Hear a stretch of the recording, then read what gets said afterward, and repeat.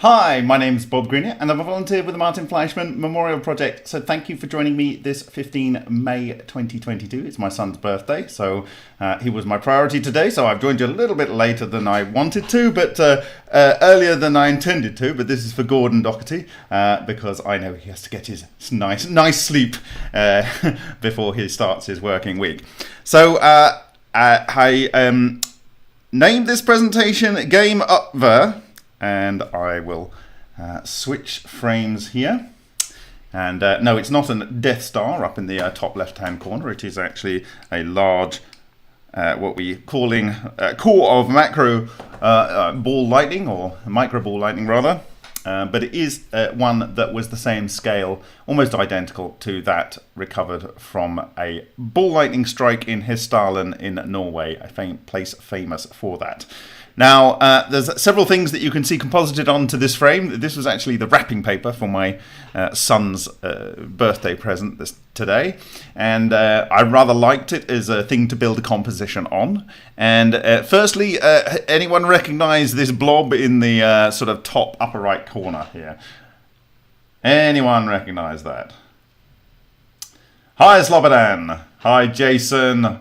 Hi, Artigatus. Hi, Elias, a rare-conditioned FPG Angel. Excellent. Hi, Gert. Is it our black hole? Well, we'll find out in a few slides' time.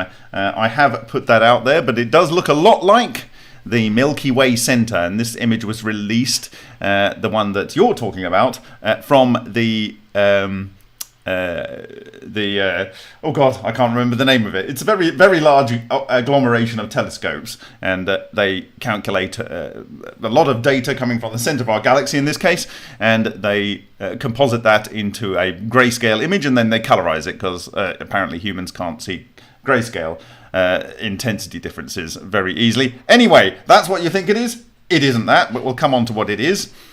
So why am I calling this Game Over? Well, there's been a game being played for a very, very, very long time, as far as I'm concerned. Probably as long as people were using swords and shields, and even these days they're using tanks. You've got the inverted pentagram here. Of course, the pentagram has the golden ratio triangle in it, but it's good when it's up and not when it's down. It's as above, so below, and at the moment we're in below. So let's change that. So you can see lots of hexagons in here. And you can see a blue torrid here, one of our clusters, and a red one over here. And these are the two types of clusters. One is a kind of north and one is a south overall structure in my view. And what I want to do is to level up the playing field between those that are looks like they're doing a fire sale on old munitions, getting ready for the new munitions that are going to be used, which are also the ancient munitions. But anyway, we won't go into that. And I want to level up society's understanding. In fact, that's what I've been trying to do since 2017, when I realized the technology had been weaponized or was ready to be implemented as weapons if it hadn't already been weaponized by many nations. And I want to level up the playing field so that general humans who once, in my view, had access to this technology for good don't just get subjugated and more war and mayhem as a result of its deployment. So therefore, this is the old world over here, and we're going to call Game Over on the old world, and we want to get ready for love. And obviously the cardioid is the two structures that come together and form these cardioid structures, but it is the heart shape, and we're going to go for a new game where we are using exotic vacuum objects to build a better world. And so we have a selection of different exotic vacuum objects here and fragments. We have, this is an iron, these are all from this week's or a couple of weeks ago scanning electron microscope on the Vega Valley, produced by Henk Urin in Holland. And we found a lot of structures that we had predicted and seen in other systems, and some that we had predicted and had not seen in other systems. And so we got our large macro cluster of iron and oxygen, and with a smattering of carbon in there. And this is the core, in my view, of ball lightning. Then we have these other structures, and Takaki Matsumoto our friend here said these ball lightning structures, they form two types of structures, toroids and spheres. And so we have our sphere here and we have our toroid here. And so we will look at some of those. And then we have this fragment of one of these toroids, and you can see that it is itself a toroid, and they tend to be pinched into the center. This, I think, was actually... this is nearly pure iron, and it has this kind of vortical pattern, and we have seen this on the top of a Lion reactor in Russia. Dr. Parkhomov has seen it in his sort of Parkhomov cell, and we also have this image which is almost identical in this book by Takaaki Matsumoto when he's talking about the tornadoes, electron tornadoes. And if I can find the image, it is exactly, in my view, from my memory, the thing that you are seeing on that bottom left. But he's obviously seeing the witness mark rather than the actual structure that did the actual mark. So maybe I can find it, maybe I can't. If I don't find it in a few seconds, I will move on. So I can't find it right now, so that, maybe it's right at the back. Do you? Anyway, I've talked about it in the past, so you can go and find it. Should you wish to? No, I can't find it right now. But anyway, so that is the title slide. But obviously, some people were expecting this on the top right to be the center of our galaxy, and yes, the image which is the center of our galaxy is over on the right here. And the image this is a grayscale image that they deliberately colored with this yellow through to red toning so that it was easier for humans to digest. They did the same with the original so-called black hole image that they previously shared. And here on the left, you have something else, which is a colorized image of a subsegment of a toroidal cluster. And you'll see that in a minute, but essentially this is a broken cluster, and it's the end of the broken cluster, and you can see the next torus down here, and it's a torus of tori.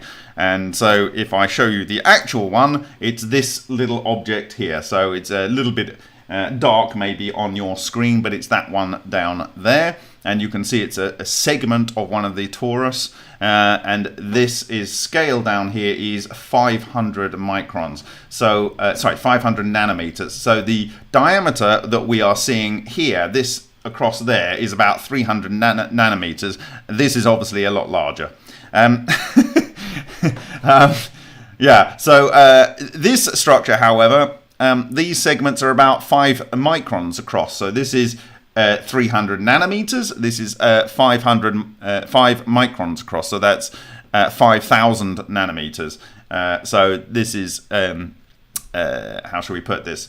This is at least an order of magnitude bigger than this. So you can imagine that this might be a torus that might make up this structure. And obviously this is a pinched torus fragment from another larger tori. And there's a toroid near to this image, which we saw on the live session, and it was this one. So this one is a little bit off to the top and right, and this is the one we have here. And I haven't really counted the segments here, so we'll do a 1/4 segment. So from here, 1, 2, 3, 4, 5, 6, 7, 8. So this is maybe a 32 segment torus. And if we look here, these are some other ones that we saw this week.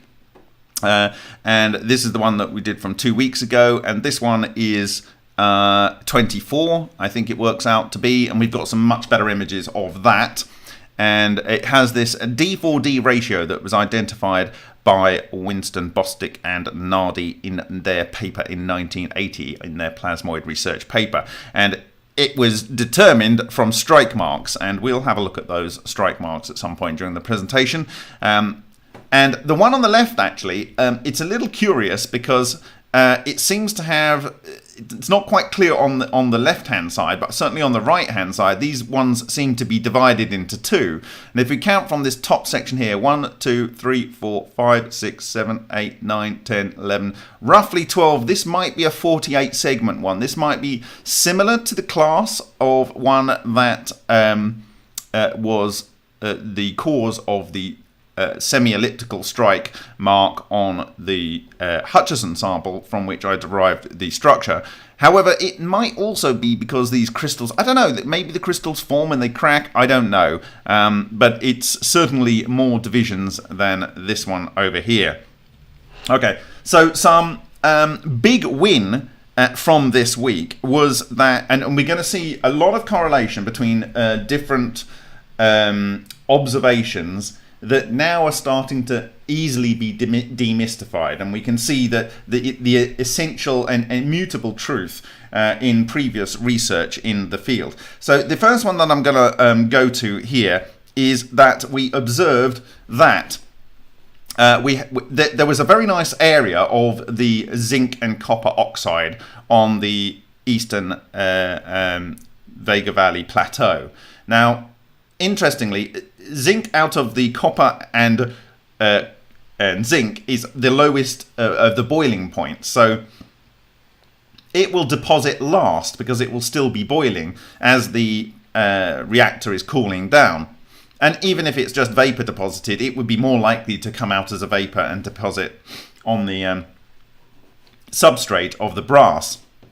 And so what this does is it gives us a nice zinc oxide substrate. And why zinc oxide is interesting, and we're going to mention this a little bit more as we move forward, is that zinc oxide is a diamagnetic.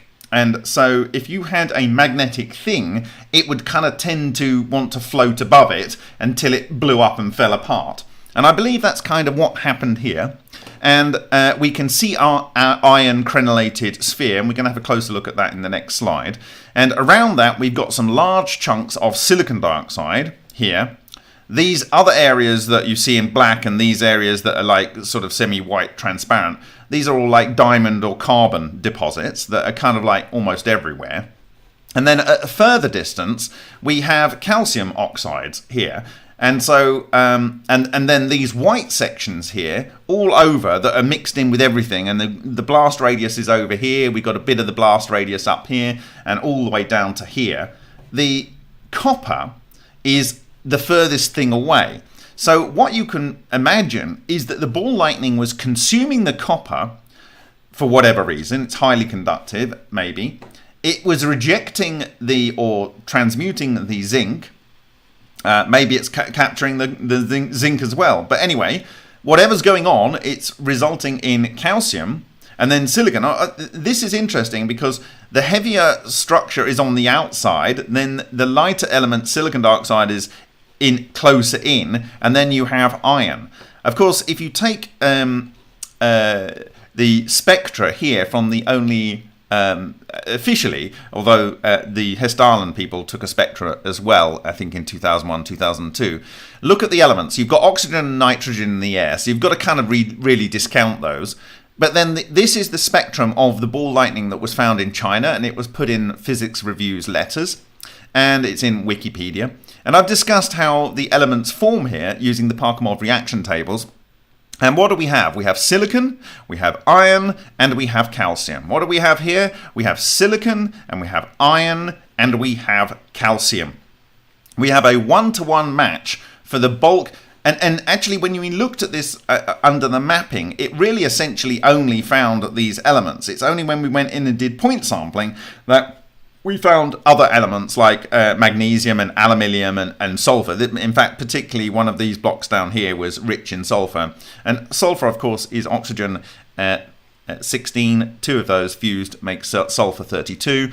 And we witnessed this on snowballs on cobblestones, where microball lightning was formed in the periphery of the main plasma structure that was on the HHO on the 10 yen coin. So let's have a closer look at what this looks like in the center. And this is our classic crenellated sphere.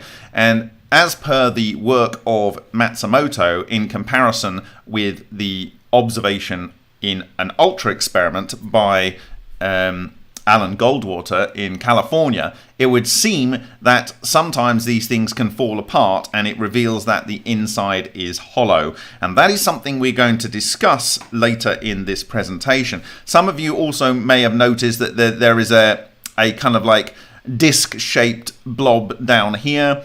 and I believe that this is calcium under diamond. You don't see this when you look at it with the secondary emission detector, because that gives you the topology. But when you are looking at something that's clear in carbon and you can look through it and see the calcium underneath, you actually get to see this structure. And I believe that this is a small toroid that may have been part of this overall structure, and we're going to talk about how that might play a role. Okay, so the next part that we shared was this ball hole.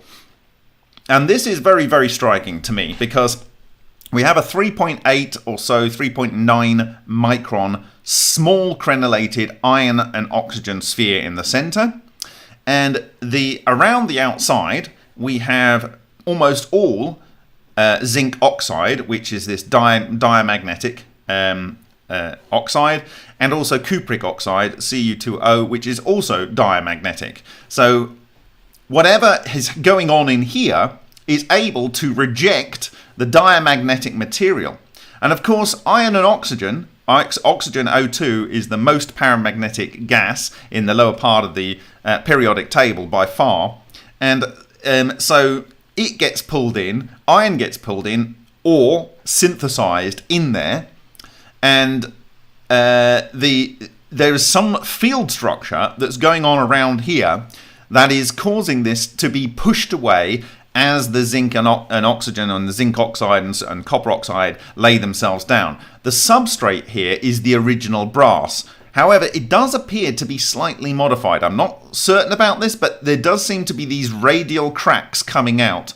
And this may actually be pitted. So as this, what I imagine that happened here is that you had the ball structure, and because there will be some copper and zinc, and both of those are diamagnetic anyway, it will be floating above that, as ball lightning tends to do.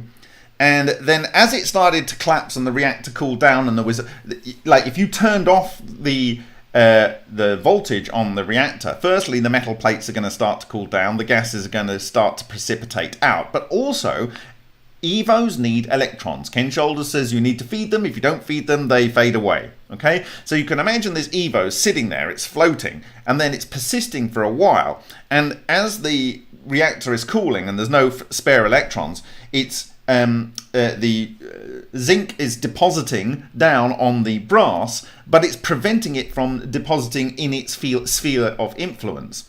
And then as it loses its ability to levitate because of this magnetic field that it has, it then drops down and meets its final position in the hole. And so you can see here, if I move my mugshot here, you can see the 20 micron. So from about here, 20 micron. So I actually imagine that when this was doing this business of preventing this from forming on top of the brass, the ball was actually levitated in the center of this kind of hexagon, maybe a bit bigger. And it's never very perfect because it's a dynamic system, and there's going to be all kinds of things buffeting this thing around. And anyway, the point is what is causing this semi-hexagonal shape around here? And I think that's something that I want to address today. Okay. All right. So, firstly, I want to talk about clustering and flux loops. Okay, now I've got a whole bucket load of slides. I don't know whether they're in the right order, and I might be jumping around from time to time, but let's see how we go. Early on in the lion experiments, we found that we had some clustering going on, and that this produced, at the time when I was given these x-rays by the lion researcher, he didn't really know what these were. He just said, there's some spots on these x-rays. And I checked to see if it wasn't a development error, and it didn't look like a development error, but it did look like there were pairs of them, and there were pairs at different distance. And so I suggested to I thought that maybe there's something going on in the core that's producing these magnetic flux loops or intense some type of flux loops of something, like on the sun, and that they were interacting like a phallico-soliton in a swimming pool and lensing X-rays that may be produced in the core, such that it would produce this pattern on the surface of the X-ray film. So I went back onto the microscope a few days later and I found these paired structures, and you probably remember these, and they are pairs pointing at a common angle to something somewhere, and then they're mirrors. They don't seem to care about each other particularly, but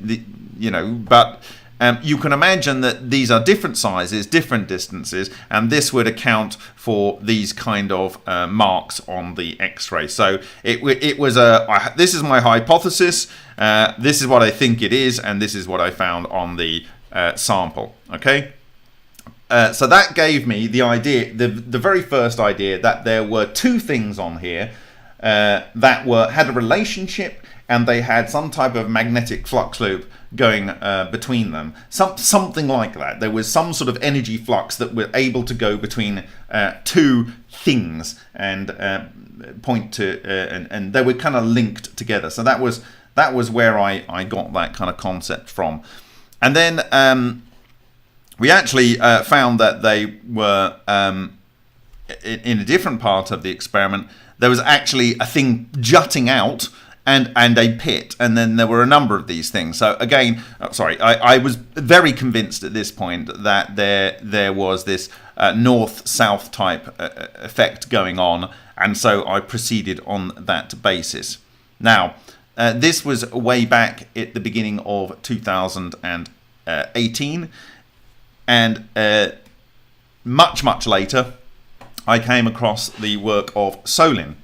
And he was using an electron beam furnace with kinetic electrons accelerated in a high voltage electric field. So this was a commercial device designed to smelt metals. And it wasn't designed for the research that ended up being born out of it.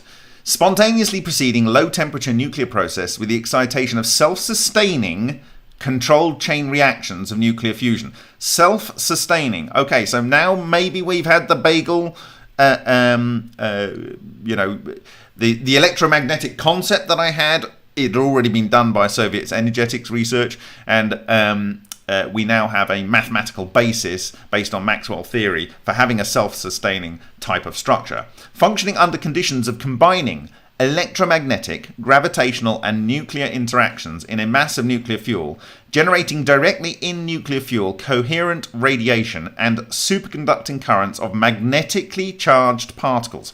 Superconducting currents of magnetically charged particles. Okay? So, magnetically charged particles resulting in a superconducting current. Okay? Magnetically charged particles here.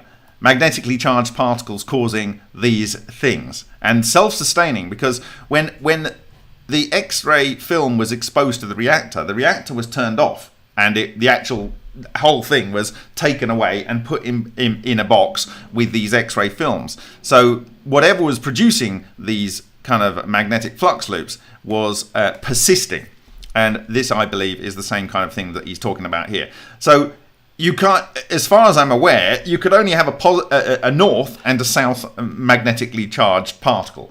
Like you can have a positively charged or a negatively charged electric charge. You can only have a north and a south. So there are only two options. So it's binary. There's no opinions about somewhere in the middle. There's only degrees of levels of positive and negative electrical charge, and in this case there would only be degrees of levels of north and south. Okay, so there's a spectrum of north and there's a spectrum of south, but you're always one or the other. And obtaining a superconducting nuclear material and a nuclear fusion product with the chemical elements formed in the process. So he talks about the elements he used. All the elements he used are low vapor pressure. The reason they're low vapor pressure, and that means it can cause electron bunching, and they are paramagnetic, and that's an important point. So in his patents, he says a superconducting nuclear condensate is a magnetic liquid. Right. For it to be made out of this is the electron beam up here. And for this to be a magnetic liquid down here, it needs a lot to do with electrons. So you can get the idea that this is making a fluidized electrons, according to Ken Shoulders. And nuclear fuel that generates energy with the generation of coherent radiation under conditions of nuclear phase transformations in the mass of an initial product and the combination of electromagnetic, gravitational, and nuclear interactions in it. Synthesis of elements from helium to iron. Helium to iron. Now, I believe in the Vega experiments we saw helium produced because we had a spectral change and the spectrum shifted from the hydrogen and whatever spectrum, air and nitrogen that was in there to begin with, over to this very yellow kind of line. Now, it might have been sodium, but I believe that it was the helium spectrum, and we talked about that in previous presentations, to iron and other heavy elements, in particular carbon. What are we seeing on this structure up here? We are seeing carbon almost everywhere. This is what Yule Brown mostly saw in a HHO system. We saw this in the Amasa gas and in HHO systems, and we also had Takaaki Matsumoto saying whatever elements you put in, you mostly get carbon out. In particular, carbon, nitrogen, oxygen, potassium, calcium, sodium, aluminium, magnesium, silicon, and iron. Literally, every single one of these elements are the elements that we observed on this structure. So there's the bulk elements, in particular carbon, and then if you look at the other elements there, we will see those things. So let me just go and get the actual data slide from that, and we can just confirm that we are replicating Solin's quantum coherent nuclear reaction process. So just give me a second to find out, get the sessions. I need to get that memory card working. How are we doing?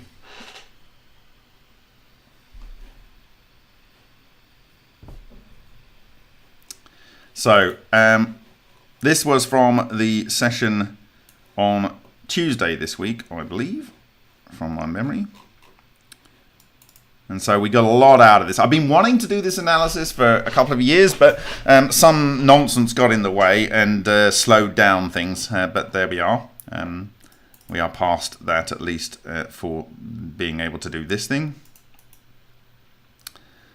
So give me a second, I'll pull this up. It's just loading.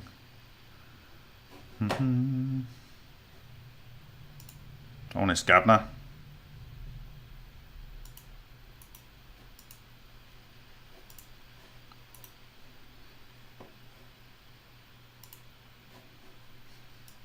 Good, Gordon. I'm glad you're listening intently. I wanted to start about 2 hours later, but anyway. You get what you're given today. So, what do we have? So I've done some analysis here, and what do we see? Carbon, oxygen, silicon, calcium, iron, and we also had carbon and zinc copper and zinc to begin with. What have we got down here? I think we did some spot sampling. Yes, the ball in the center is just iron and oxygen. There we go, because that's the magnetics bits. And around the outside, we've also got sulfur, calcium in this spot down here. Look at the sulfur concentration there. It's by atoms, it's nearly 20%. Potassium there, aluminium. Anything else? Anything else? Calcium, oxygen, carbon. Calcium, oxygen, carbon.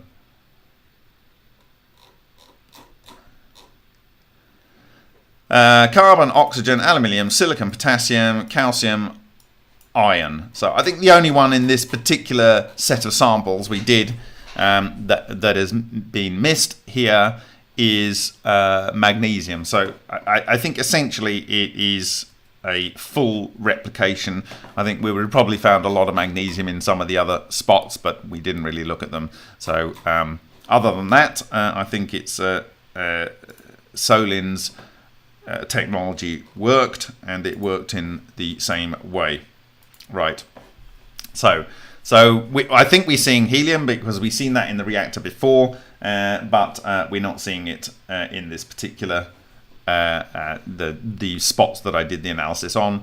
And then iron, obviously, carbon definitely, nitrogen is in there anyway because it was residual air, oxygen, potassium, calcium, sodium. You see sodium on all around the sample. So maybe I can get that up. We've seen it pretty much everywhere else on the sample. It gets deposited down on top of the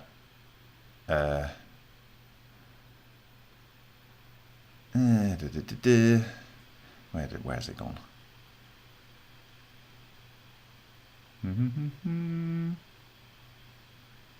Oh yeah, okay, so okay, it's a different place, but it's not far away. Here we got sodium 5%. Okay, this was in the ball here. Where's the sodium, oxygen, sodium there. So on the outside, it's on the copper you got sodium. So it seems to make sodium. So we basically got what they were observing. Not in this particular spot, but we see magnesium elsewhere. Okay, so that's that, and this process is accompanied by the occurrence of self-sustaining chain reactions. I think we have an understanding of why now, with participation in this process of composite particles of nuclei, protons and neutrons, external electrons, atoms, and other elementary particles inside the nuclei. Ultimately, as established by the author, a spontaneous process proceeds in the volume of the liquid bath of metal, leading to its transition to a new aggregate state with the formation of superconducting superfluid nuclear substance and the nucleation of magnetically charged particles in it. And this is something we're going to focus more and more on in this presentation. The physical result of the process becomes a recording device and detector. And this is, he obviously learned that the actual products that it produces obviously is showing you how it's working. Magnetic charges that automatically arise and are maintained in its volume lead to the decay of protons and are catalysts for nuclear reactions. Decay of protons. You've got to have some pretty serious pressures for that to occur. With increasing concentration of magnetic charges in the active medium, the intensity of the course of nuclear reactions increases spasmodically. This is achieved by creating conditions for self-compression of the mass of superconducting nuclear condensate. Due to the formation of mobile active centers, domains, in the active medium, they have the form of hollow spheres. Hollow spheres. What did I say? We are getting hollow spheres. And we are also getting cylinders. Where are you getting cylinders? Because, my friends, we have a brass plate, and on top, Henk put 2 brass plates, the little gap in between, okay? And the Vega Valley itself are effectively hollow cylinders, and they are a magnetic fluid. That is going to be extremely clear very, very soon, okay?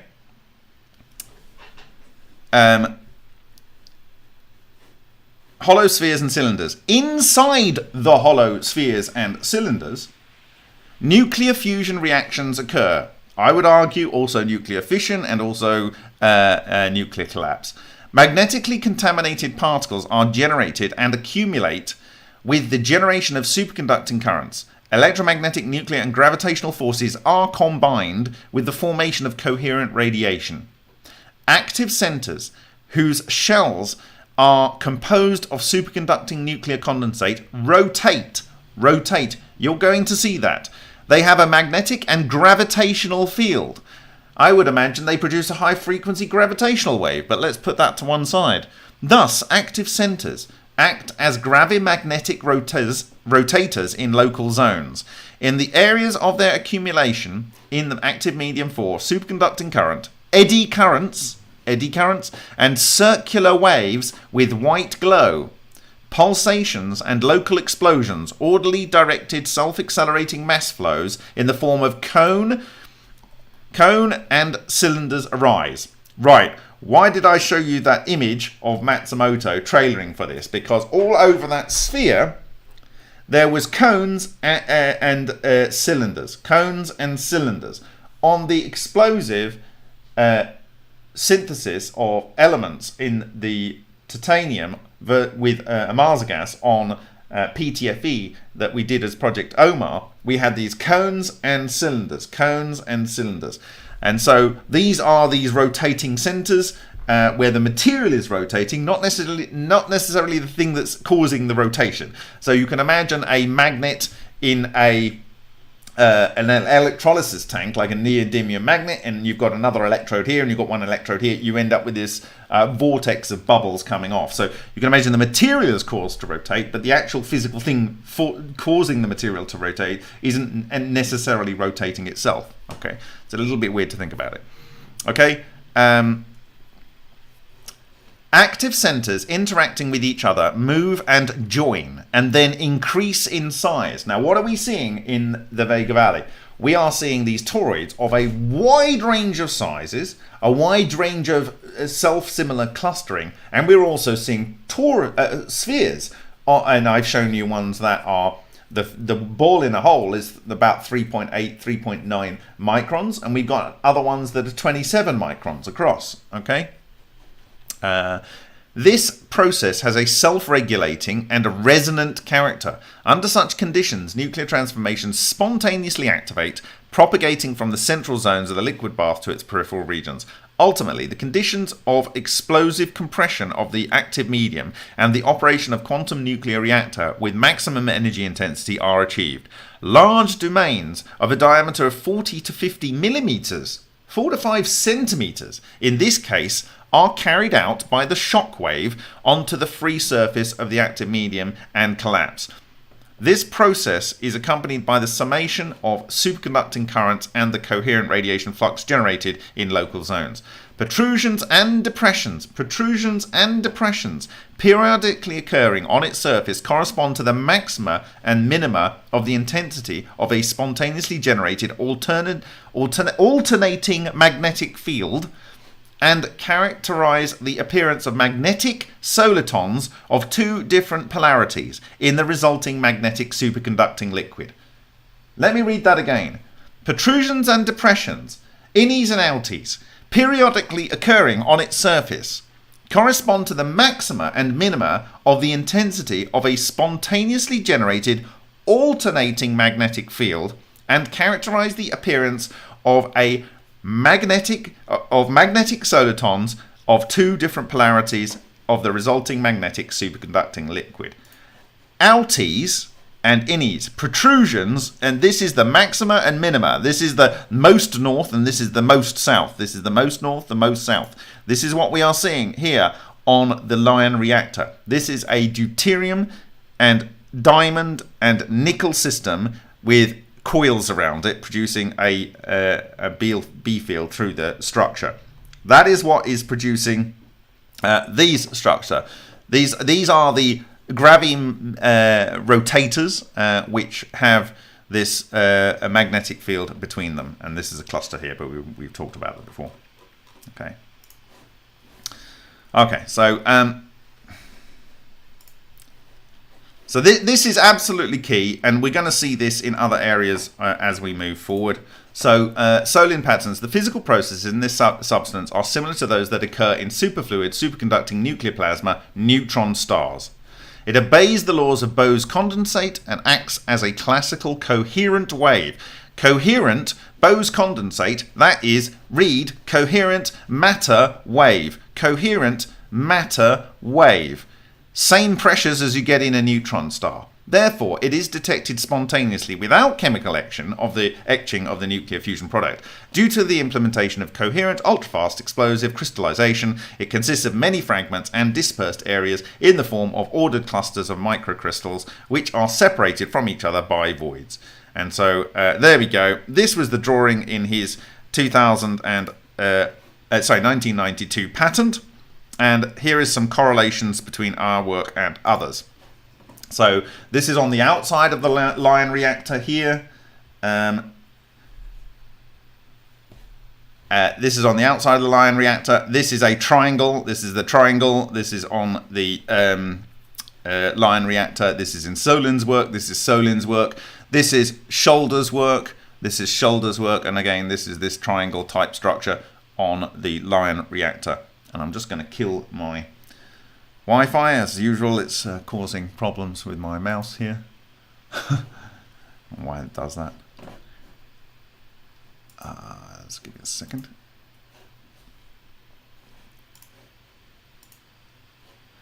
Okay, so when I looked at these, Ken Shoulders originally called them bead chains, these structures here. But if you think about it, and here's the one on the line reactor, you could almost imagine that these are where the sections of a torus, of tori, is actually touching down and it's interacting with material. So they're not spheres that are linked together. Well, these are nearly spheres. But if there was more of them, it would end up with the type of structures that we're seeing in the Vega Valley. Now, then we have these two structures, and this is very, very important to the argument that I'm going to be making today. We have two structures on different line, I think it was on different line reactors. This one was in line with the B field. This was, well, it was in line with the B field as well. This is coming from the inside out, but this was on the outside. Okay, this is I think 12 millimeters across 8 millimeters in the center, and this got locked in place. And on this is the Cantal wire. There was deposit of elements that were not in this structure, centered in a vortex structure around this part of the wire. Okay, and it was not on the underside. It was on the top side. It was not on the underside, which means the flux was coming from the center of this around here. Okay. Now, the interesting thing is that I've gone in, you can go and look at the MFMP YouTube channel. There are self-similar structures where you've got two structures. You may be able to see them here. Two here, two here, two here, maybe two here. These are self-similar to the overall structure, but I think probably they are predominantly one, mostly north, and then mostly south in the substructures, and overall they end up by making a north structure and a south structure. Okay, but they are coming together. Okay, and then on this one, this has got a lot of substructure to it, but it's less clear than it is on this one. And on this one, it's actually split 120 degrees on the back face, and this one is below this one is above, and this one is above, and that one is below. So you're looking at the inside here and the outside here. And then there is a flux of something going between these two center points. Okay?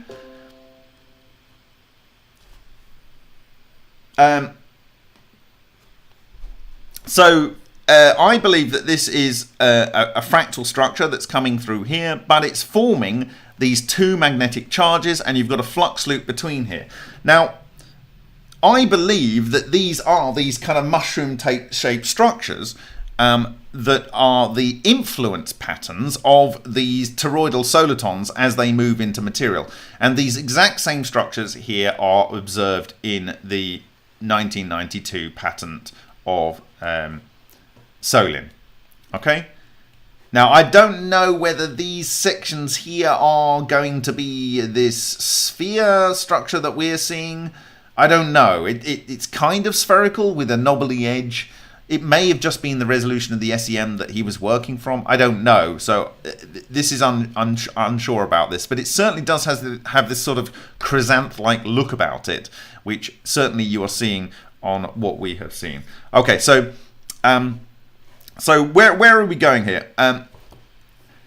So we devised this form of this structure. And if I go back, I want to go, do I want to go there? I want to go there, okay. And I'm going to just zoom. This was the structure that we were starting with here. And this was a live session. So this is the fracture sample under the dynolite edge. And then we saw a whole bunch of images. And I thought it was something to do with this. There were two types. One would have a vector coming in there. One would have a vector coming in there. And I was looking at Bostic's work. And this is actually now not online. So the reason I want to show you this is because this is now not able to get from even the Wayback Machine. This is on the Moscow Nuclear Physics Institute, and it is actually captured in this presentation where he's doing, Bostic is doing, not Bostic, Bogdanovich is doing plasma flow discharge. So this is a discharge through water that's coming down onto a metal plate, and you see a toroid here, and it's for some reason it's absorbing the light. The light can't go through the toroidal object here. He's got other examples. Here's another one. If I can get to the page, if it's going to let me do it. Ooh, this one here. No, it's not going to let me do it. Okay, I'm going to turn off the sound and we're going to play it. Not there. Okay, so here we've got a large torus object. And again, you've got the illumination of the plasma behind, but you can't actually see through it. So it's solid densities of whatever it is. Yeah.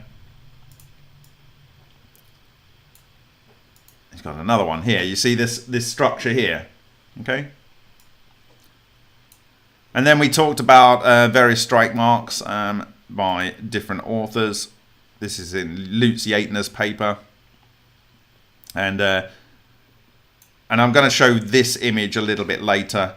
Okay, so I really want to go and look at these structures because they show something very, very important. And that is how north and north can aggregate and south can aggregate. Okay, so I'm just going to go and get that from a different presentation.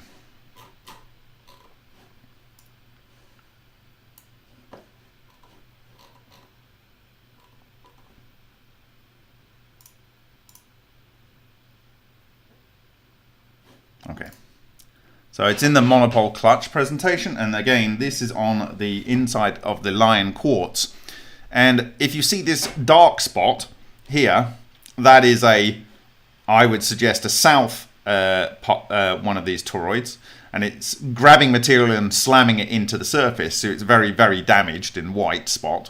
And the north ones don't touch the middle because they're kind of pulling stuff from around and passing it through the middle, so it doesn't actually affect the middle. So if you go back to the beginning here, we have a north and a north and a north, and they're joining together. We have a north and a north and a north and a north, and here is a south and a south. But in the next slide, we have two souths and two norths. This one's off at an angle, and I think I show that. And so these are the a dummy for the self-similar toroids or of different scale and energy, and this is the field structure as it influences matter that it's passing through. Okay, and I've got the same ones here, and this is the opposite pole. So these are the south, this is the north. Yeah, and this is what those two structures.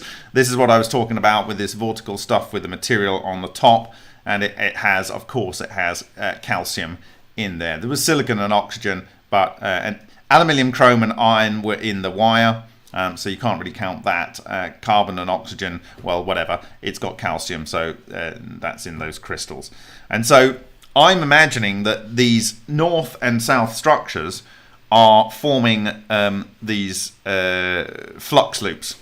Okay, and so they go into the surface, and they have this phallico-soliton type nature, and you can see I've overlaid the structures that we found on the sample there. Okay, so I'm just going to go skip a slide here, skip a couple of slides. So you remember we had the overall structure with a north and south structure on it, and then that had substructures, these ones and this one. But one of the marks, and in one side of this structure, we had the snowballs on cobblestones, which was taking the copper oxide and fusing it to sulfur 32.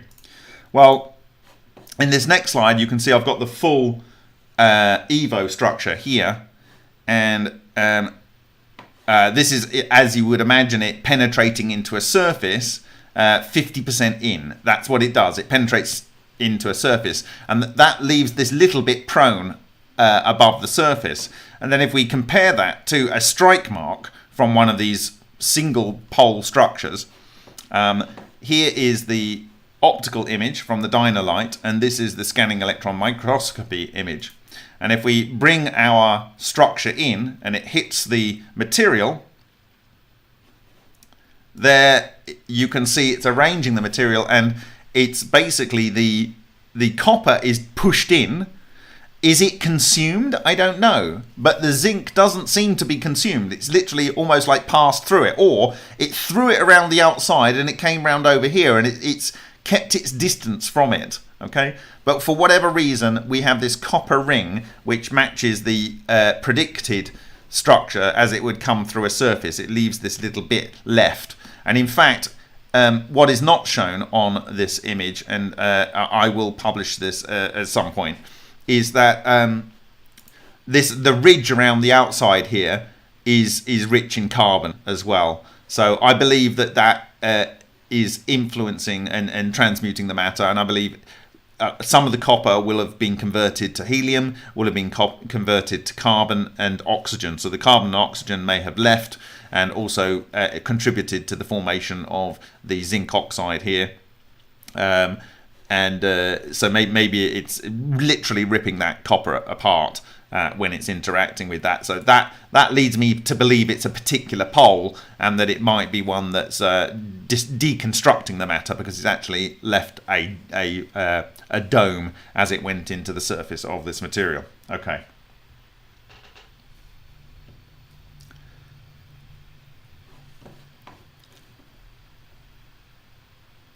Okay, I'm going to take a little break in a few seconds for looking at what you're saying, but not right now.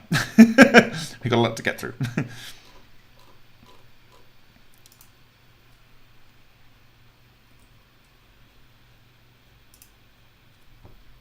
Okay. So yeah, this is the cover slide for the MFMP fracture Hutchison sample. This is the video that I published on the 15th of February 2020, and I went back that night after well, maybe actually a few days before, and I thought to myself, oh my god, I can see what this is. This is a similar structure that's organizing itself. And if we go through to here somewhere, yeah, so this was a is it going to show me an eye? These are on the Hutchison sample coral twist, and there was a rhombic dodecahedron structure here, and there were spheres of different materials, but that's not very well presented there. You can go and see it in better quality elsewhere. So I was looking at Matsumoto's work at that time. So I went through these different structures, and so you can see the innies and outies here that Solin was referring to, but bearing in mind when I was doing this, I didn't know about Solin's work. So I was just, and then we've got the next level here, and so on. Like I say, these images are all shared at much higher quality. Okay, anyway, so we ended up deriving the structure. Actually, this is quite interesting. You have these ring and spots on the work of Keith Fredericks here as well for his strike marks. And if you remember this video, I had the donut in play. So I was waving a donut around and saying, yeah, this is what's coming onto the surface. It's going, and it's probably taking a little bit of material with it. So maybe yeah, you can see the donut coming in a second. That was a nice donut, by the way. It was a really nice donut. Where's it go? Where's the donut? Where's the donut? Da da da da da da. In comes the donut. Where's the donut? Give me the donut. Donuts. There we go. Vroom. That's the donut. Oh, look at that donut. Doesn't make you feel hungry. Boom. Okay. Okay. So that was that, and so we derived this structure. And then, he says, I got out the other day. Oh dear, this doesn't work very well, does it? A Facebook posting. Oh dear. That some other analysis. I know, I'm going to kill the audio on that machine. Right, good. I've inserted videos for the first time here, so like I say, you're going to get what you're given today. So there's the structure again. and I went through it again here, and I described. So actually, Fractal Woman asked me what the ratio here is for the pinch, and I said, well, as we'll see, I have never seen more than 48 segments around the structures. I think that's probably the limit. I don't know, but that's what I'm speculating, because we only saw 48 on the Hutchison sample, and we've only seen a maximum of 48 on the Vega sample. So I think there's something going on with that. Is it something to do with like titanium 48? Titanium's interesting because I think it's on one of its electronic shells, it has it has all of its shells filled, and I think it's titanium 48. I don't know. I think maybe there's some sort of thing going on there. It's just a gut feeling I have. Anyway, it's the same number, so that's kind of what I'm thinking. Obviously, titanium 48 is neutrons and protons, but I don't know. I just have some feeling about that. I don't know, so we won't go into that too much. So yeah, so this is Bostic and Nardi's 1980 paper. And Bostic in 1950s suggested that plasmoids might explain everything in the micro and macro universe. What he didn't say is, specifically, he didn't say that it explained black holes. Sorry, I mean exotic vacuum objects. Oh, sorry, there's the black hole. Yeah, okay.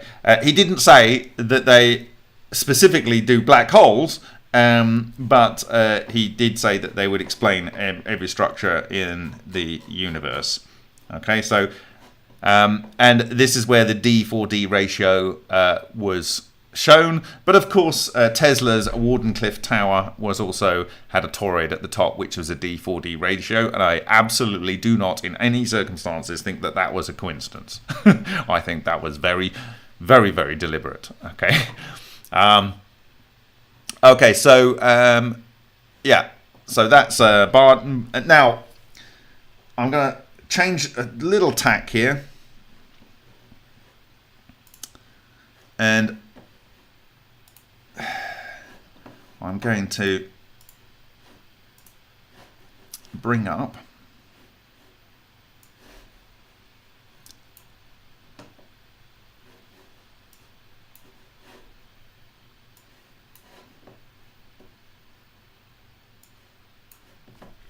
okay.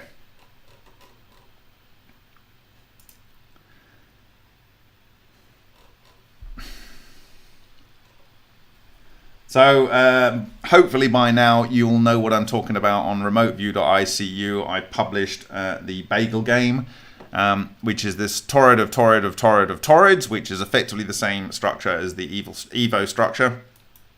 And that this has a electron spinning round to make a magnetic field that magnetically links together into a magnetic loop, which has an electric field, and that electrically links together to make a toroid of toroids, and that has a magnetic field, and that then goes to the nth degree. It's the only structure that can fill the physical vacuum with no gaps and branches.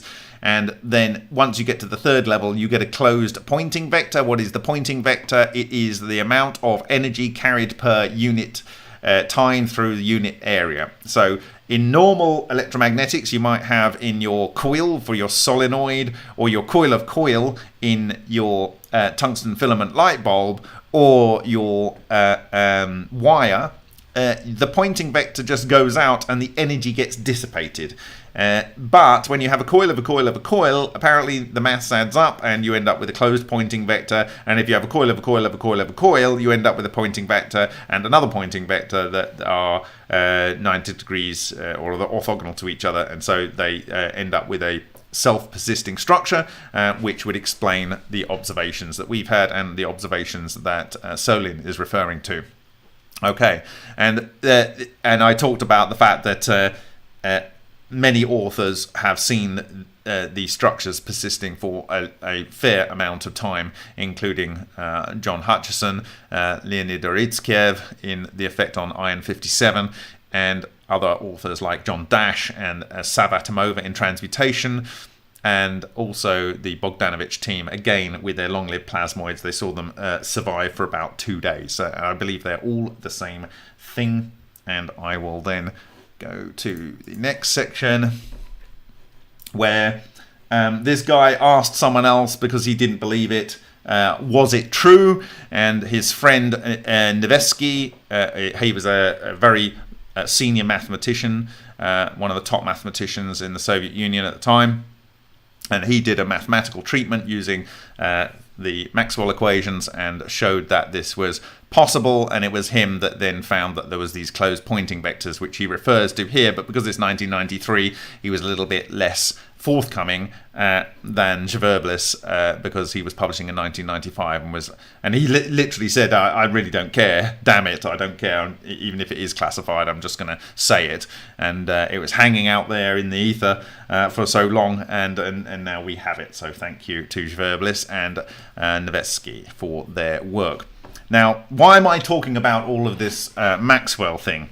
Well, I'm talking about all this Maxwell thing because this isn't where this ends. A long time ago, I realized, and I've said this many, many times, that I believed that these exotic vacuum objects, they can self-organize into structures that are the analogues of carbon allotropes. Okay, so whether that is diamond, that is a glassy state, that is a rings like benzene rings, or if it's something a little bit more complex like a buckyball or some carbon nanotubes or graphene sheets or something, or branches thereof. And it's only very recently that I came across this. And this is Maxwell's Vortex lattice, your magnetic vortex lattice. And so you have here rotation that way, rotation that way, rotation that way, rotation that way, rotation that way, rotation that way. So in this level, you've got rotating, rotating, rotating, rotating, yeah? And this one you've got rotating, rotating. And so some of them are kind of counter-rotating, and then it has these pinion wheels in between, okay? And this was published in 1887. 1887. I think this is Maxwell's original diagram. And it's very interesting that this is the case. And I might not now jump to a completely different slide, which is way, way down on the presentation. And that is this one. Because what we found was that in the Vega Valley, you have these channels, and we're going to talk about those a little bit more. But they have these sections which are approximately 206 or so micrometers distant from each other. I'm going to put my mugshot down there, okay? And in one of the floodplain areas that actually comes out from this area here, it comes out through the valley. You don't see anything under the scanning electron microscope. This is at SciTech Nano. Thank you to SciTech Nano. But on the Dynalite Edge and on the Sony Alpha 1, you see these red and then green and then red and then green and then red bands. Now, I've already showed you that you can have a north, north, and a north of these structures forming a chain, okay? Now, I've already shown you also that you can have a couple of south ones joining together. So you can imagine that you can have south ones joining together in a chain. Could you have a load of south and north ones joining together in a chain? And if you did, then you might get some interference between the two, as we observed on the Lion sample. But if it is spinning the material around, or it's magnetically influencing it in one spin way, then that would account for the polarization we are seeing here. Polarizing one to green, one to red, one to green, one to red, and then there's a cap on the end here of green. And you can start to imagine a structure where it has, you know, a whole bunch of norths here, and then a whole band of souths, and then a whole bunch of norths, and then a whole band of souths. And if you actually read across it from here, you have, let's say the red is the north and the green is the south, let's say. So you have south, north, south, north. So it's just alternating. But of course, to happen like this, you have to have what appears to be a row of norths and a row of souths. Now, I talked about this in my Skirmion presentation, the fact that magnetic skyrmions can form into a lattice that looks like this as well. So anyway, I believe that this is also to do with Maxwell theory, and it's supported. Now, I'm going to actually dive into a bunch of papers, and then we're going to look at the walls of the Vega Valley, because I kind of derived the fact that it had to be happening from a range of different systems. The Vega Valley just supported that. So we're going to go and look at some of these papers here because I think they're relevant. So I'm going to pull them up and then we're going to have a look at it. Hi, son of Overbook. Right, okay. So what we're talking about here is we've gone from proving that the individual toroids of tori can be explained by Maxwell theory of electrodynamics, but the full theory. And then we have Maxwell's vortex lattice from 1887. And for those that have just joined us, I was saying that that would explain the structure that we saw with these alternating polarized areas of the Vega Valley, where you had this north and south type structure going on here with this red polarization, green, so on. Okay, so I believe that that is due to this same thing. And we are going to go back here. Right. And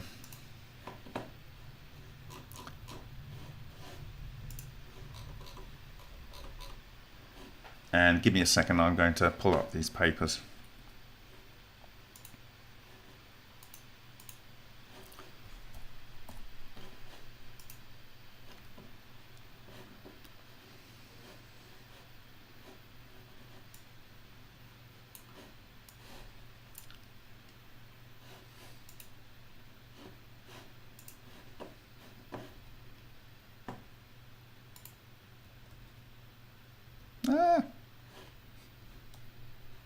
Just a few seconds. Talk amongst yourselves. I'm sure you're capable of doing that.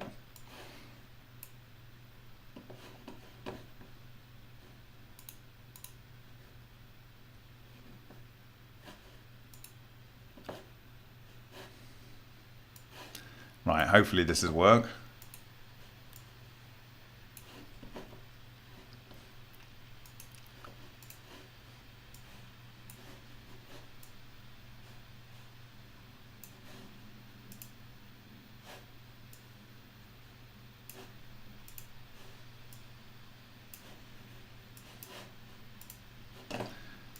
So I have to thank the geniuses behind Sci-Hub for making this possible. This is in the interests of science. So I believe that I'm able to share this with you. So, right. Vortex lattice theory. I'm not going to go in. I'm just going to look at the pretty pictures. Okay. So you've got these regular arrays of vortex structures. You can see if you have one, it sits there. Two, they pair up. Three, they start to group. And you can see sort of what almost you could consider a bead chains, but then they start to form an array. Look at this structure here. Look at this structure here where you have 1, 2, 3, 4, 5, 6, 7, 8 around the outside. And then you have 2 in the center. Okay, just hold that in your mind. And it's not entirely clear. And you may argue with me that it's not the case, but here we have 1, 2, 3, 4, 5, 6, 7, 8, 9, 10, 11, 12 maybe. Ooh. And then we have 2 in the center. Here we have 1, 2, 3, 4, 5, 6, 7, 8, 9, 10, 11, maybe 12, sort of. And we kind of got 2 in the center here as well. Okay, so are these kind of these vortex structures, but they are coming from an overall vortex lattice structure? I don't know, but I just want to put that in there for completeness. Okay, and you can see the regular arrays here and more regular arrays, and these are where there are different angles between the arrays, and this is when you're looking at certain types of carbon nanotube arrangements and other types. You get slightly different offsets. Here we can see the image that I just showed you of the Maxwell's periodic arrangement of vortices in a lattice, shown as a cross-section in electromagnetic ether.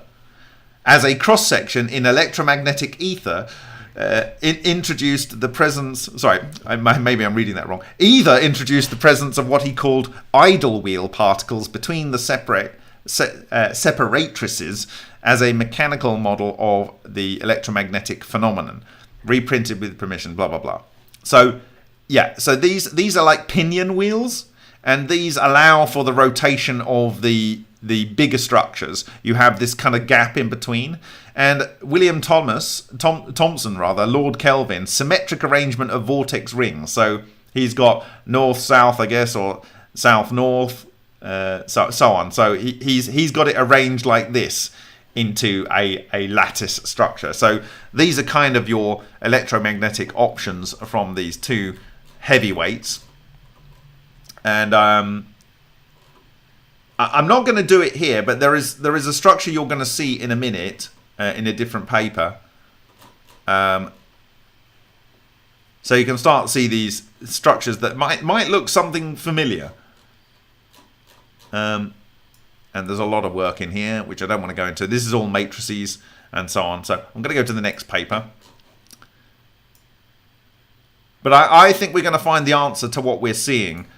We are dealing with something, and I don't know why we're actually not getting this presentation here. I don't know why we're not getting the data on this one. This is actually the one I wanted to show you if it's going to give it to me. This one, okay. This one. So here's our vortex array, and here's the field structure. And what does this look like? I think probably it looks like an image we shared a couple of weeks ago from the Vega Valley inside wall. And so let me find that.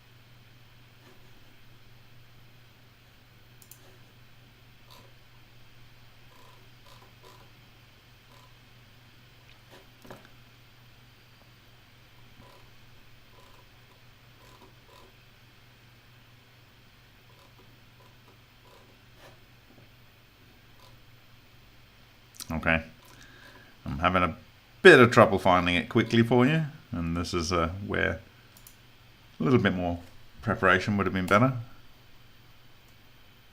This is not the image I wanted.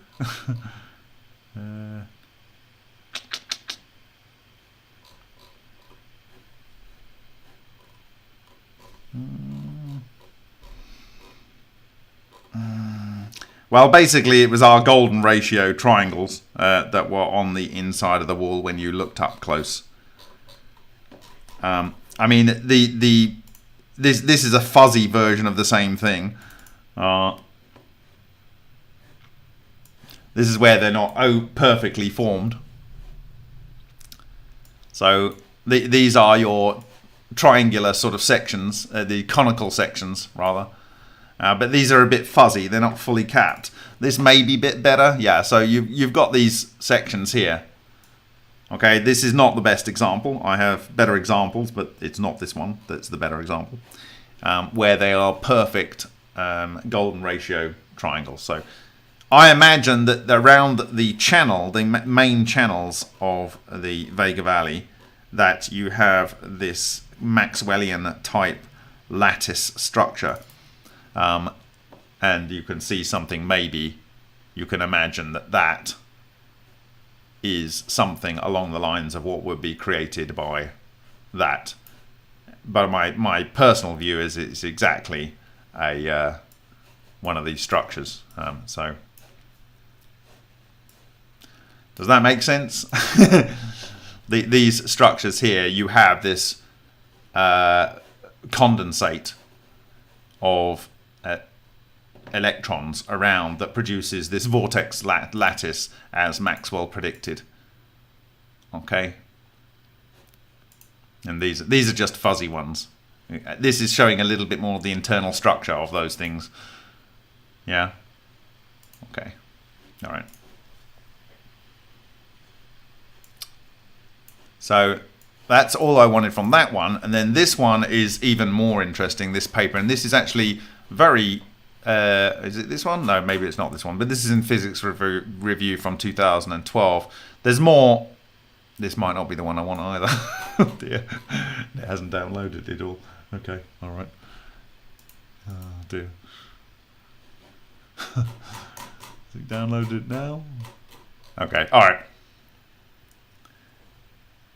I can tell you that this particular structure here, which is meant to be a cross-section and it's a mathematical simulation, I can show you that where one of these cones has been chopped off the top and it looks identical to this. It literally looks identical.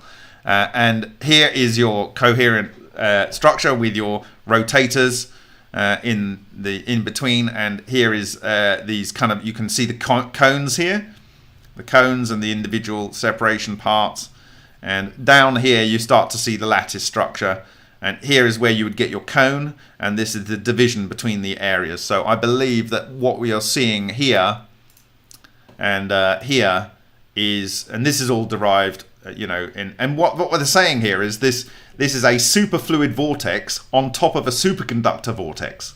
And this here is a superfluid vortex, and these ones here are superfluid anti-vortex. Okay? And this makes up your overall structure that I believe is producing this magnetic, superconducting, superfluid vortex, a lattice structure that you are seeing here personified in the diamagnetic copper oxide and zinc oxide. And you couldn't want for a better material to give you the witness mark of what is going on with these systems than these particular group of elements. It's not only brilliant at both photoelectric emission in the form of copper oxide and piezo and thermoelectric emission in the form of zinc oxide, it actually makes a wonderful witness material because it rejects, wants to move away from the magnetic field. And so this is literally showing you what's going on in this superfluid, superconducting electron and bosonic condensate. Okay, so, and that is why you're getting these hexagon cells. All right. So maybe it's becoming clear. I don't know whether it's becoming clear, but we're going to try and add some extra clarity.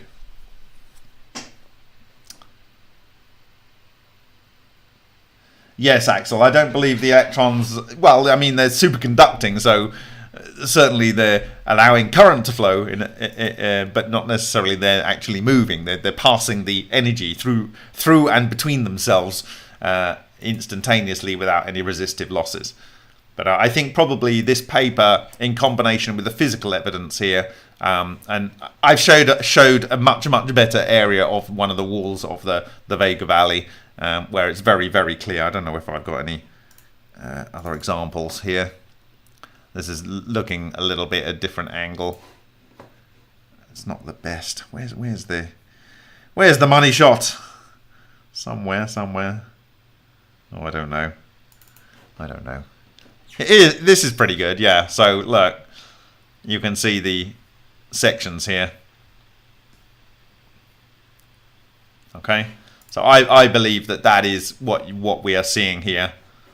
Okay,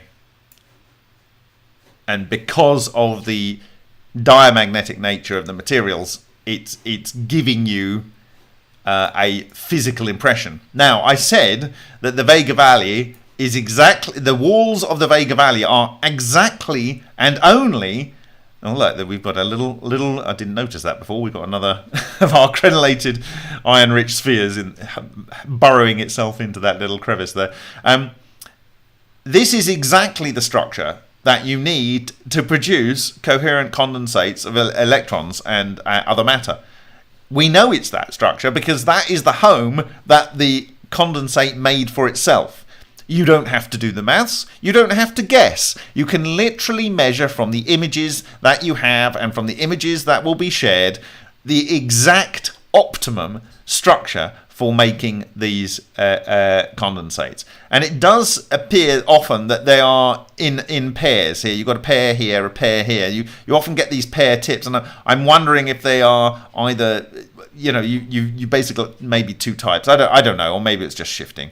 But people can muse about that for years. But that's where it is. This is not the best example. It's just the example I've managed to dig up right now.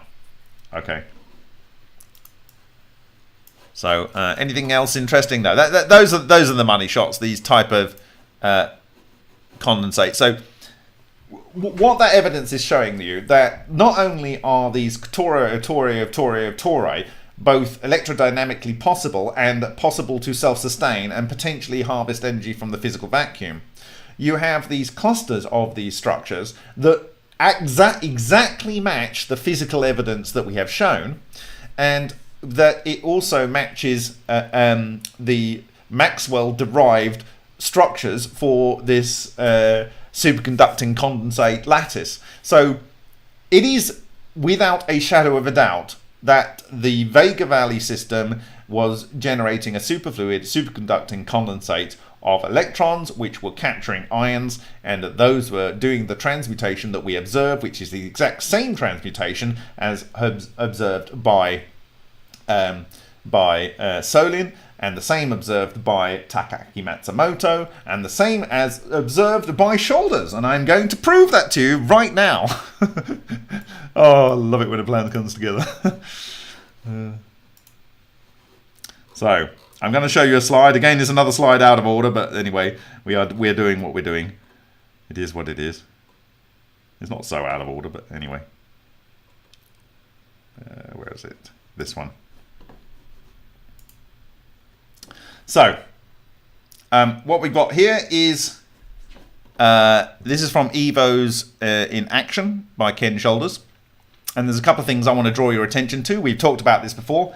Here is the sloshing. Well, we've seen vast amounts of sloshing.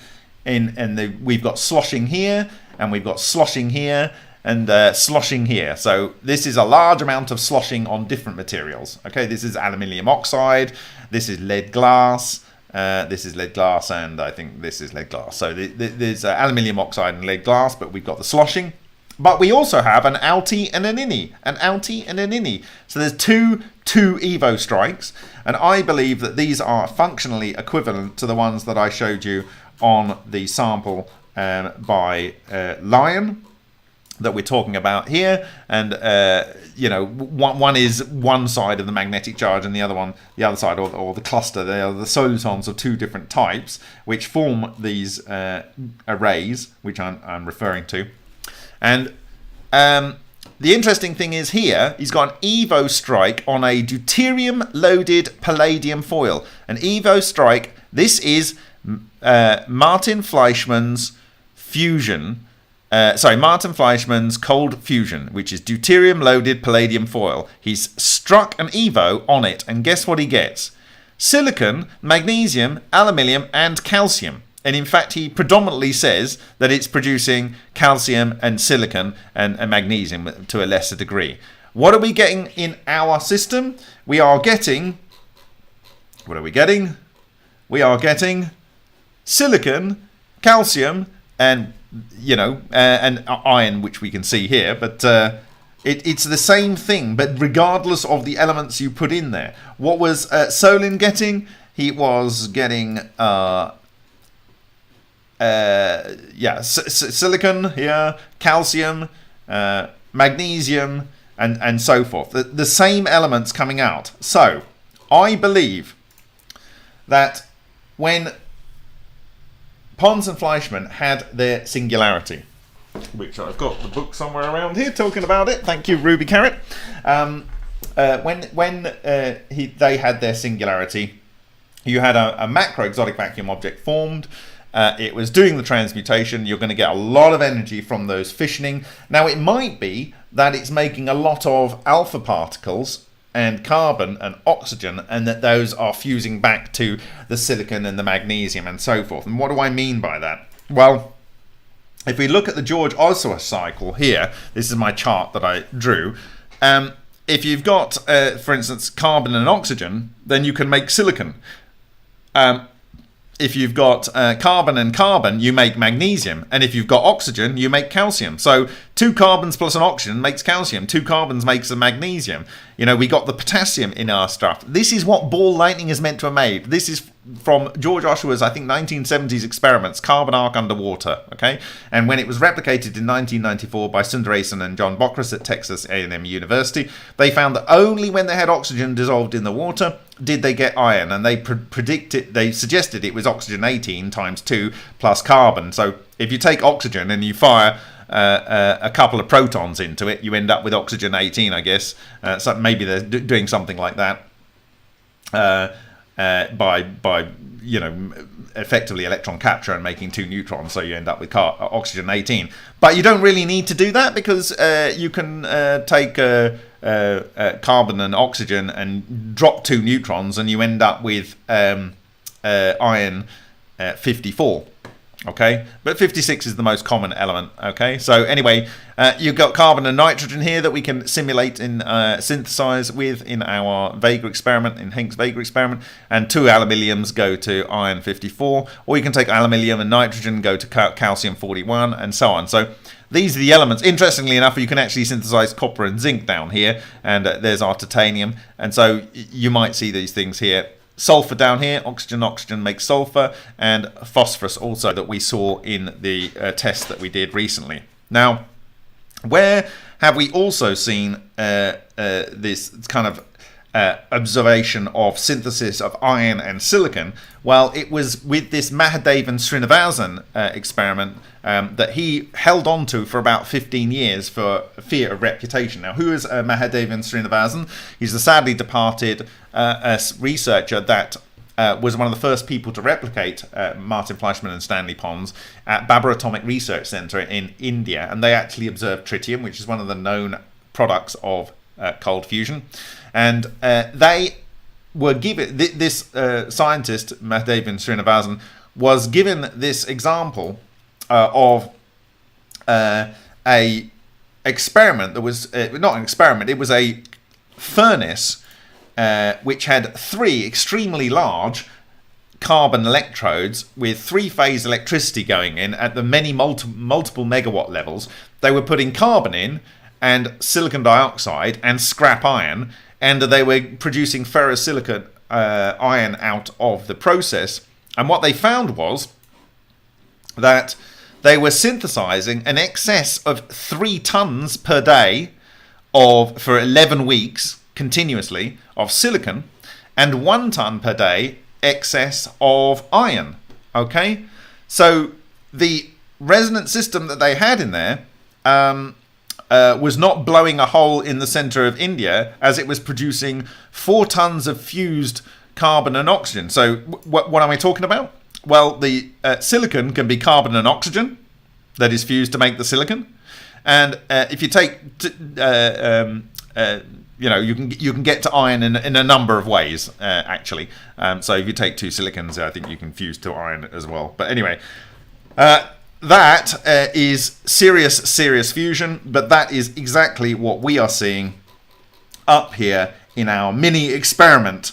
So what we are doing in the Vega Valley up here is we're producing extra silicon, and lots of extra silicon, yeah? And there's a little bit that's blown up over here on the top left. You can't see it because my mugshot's in the way.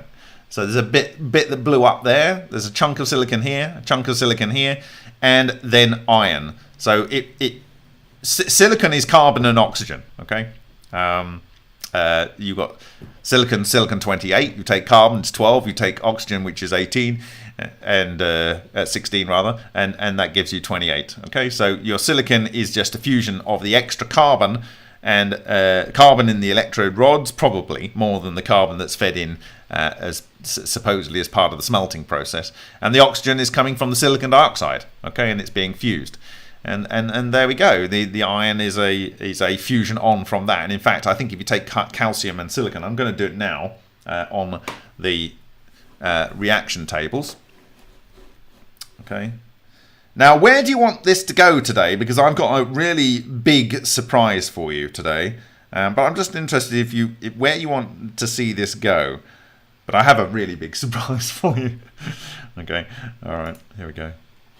Let me pull up the reaction tables here.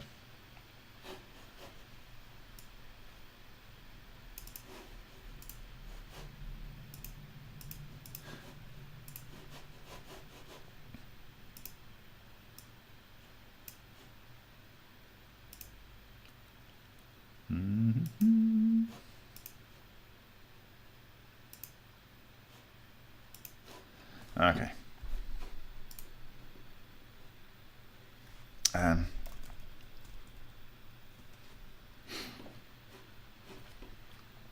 So we're going to go to nanosoft.co.nz. Thank you to Philip Power for developing this with me, and thank you to Alexander Parkamov for doing the calculations and sending the data for us to work with. So if we go to a fusion reaction here, and I'll just zoom into this puppy so you can see it a little bit with a little bit more fidelity, not that much fidelity. And we are going to put carbon and oxygen in here.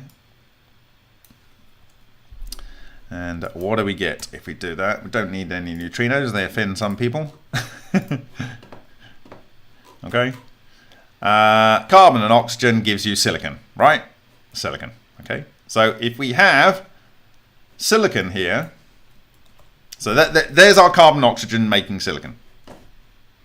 And if we have just silicon in element 2, and we have the fusion element is calcium, what do we need?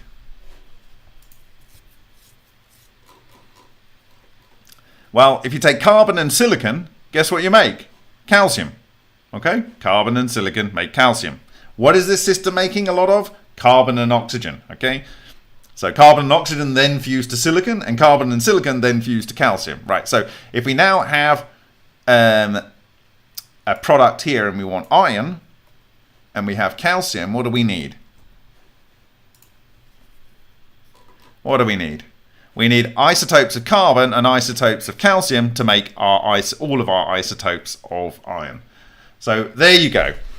What we see in this, the production of silicon, calcium, and iron from copper and I believe that the fragments you're seeing around the outside here are the copper that was consumed.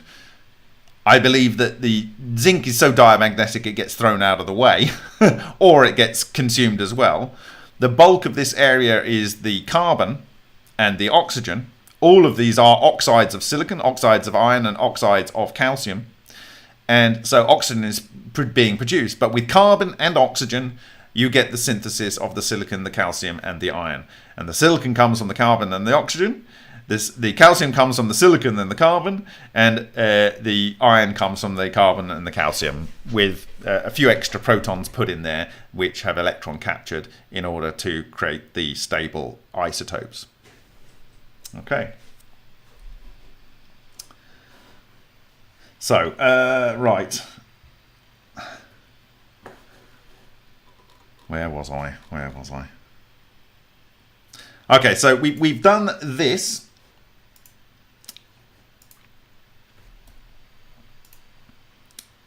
Here, and what I now want to do is I want to talk about the kind of structures that are forming and their nature. So the first one is, I guess, the magnetic nature of the solitons. So we know that in Leonid Oritskev work, you had ball lightning. It made little ball lightnings, but at a distance, he had these magnetic structures. In Bogdanovich's work, they had plasma flow discharges, and they saw both. Now, this is very, very important. I mentioned this in my Azizi presentation. This is very, very important for you to understand where I'm going with this. In this experiment here, you do not have a segregation between the north magnetic charges and the south magnetic charges. And what I mean by north and south magnetic charges, they're not exactly north and south magnetic charges. They have a weak north and a strong south, and a strong south, a weak south, and a strong north. Okay, so in this case, where you have mixed charges, you have mushrooms that are coming head to head. Okay, they're coming head to head, And Bogdanovich has highlighted this. Okay, again, you've got another one head-to-head over here. Now, you might have some that are the same charges, but anyway, bearing in mind that these marks that they make are what happens when they are blowing up. Okay, this is their demise.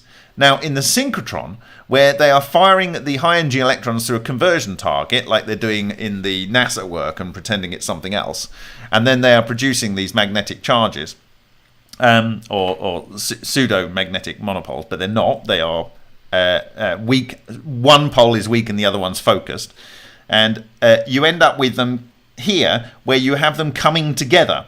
So you can imagine that this is a strong north with a weak south. Oh, sorry, a weak north with a strong south, and this is a weak north with a strong south. So that the north is finding its way to the strong south. In this case, you've got a weak north finding a weak south because there's a mixture of them. Does that make sense? Is anyone getting this? Right? And so maybe this makes more sense. Your north magnetic field is spread over a large dome, and your south is focused. What is this like? This is like another author's work, and I've got the presentation somewhere in here, and I called it Hacking the Neutrino Universe. And this was a presentation where I was referring to the work of Boyd Bushman, where he is discussing in the same video on anti-gravity the work of John Hutchison, the relic neutrino universe, and his device, which is for magnetic beam focusing. And so there's a diagram here from another author, and when I show it here, there's only one simpler version of this than this, and that is to have 3 rather than 4. But this is his Lockheed Martin patent, and they have one of the poles all facing towards a common, let's say, a piece of brass in the middle and some brass supports. This is pointing all of the souths into a common point, and then this produces a beam of south magnetic energy. Okay. And effectively, this is what these structures are. So I believe Boyd Bushman, he's dead, God bless him, but I believe that this is a technological version of what you are seeing physically in these structures as represented by Bogdanovich in this work. Okay? So this is what nature does, and this is what nature does. It produces this structure, and sorry, we won't go to that slide. We'll come to that slide in a little while. But what Boyd Bushman is doing here is creating a technological version of this, and my view that this technological version has a critical application to anti-gravity, and we are going to discuss that later in the presentation. Okay, so sorry for those that are strung out and want to go to sleep. We are going to get to that. That is what I want to do today. Okay, if you take the nth degree of this, you end up with a primer fields bowl, a LePont bowl. Okay, LePont has in his primer field bowls, he has no magnet at the back end here, so he just has a hole. So when he pushes a metal ball or whatever it is through there, it then fires out because it gets stuck with this one magnetic pole effectively. But in Boyd Bushman's patent, he actually has a fully controllable electromagnet as an option at this back end, and he can pulse that. And so therefore, when it's at 0, it is the same as the LePont bowl, and therefore I don't understand how LePont got his patent. But anyway, that regardless, this, I believe, has a critical application for anti-gravity and propulsion. Absolutely critical for anti-gravity and propulsion. And I hope that when I come to it in this presentation, you will 100% understand why. Okay? All right.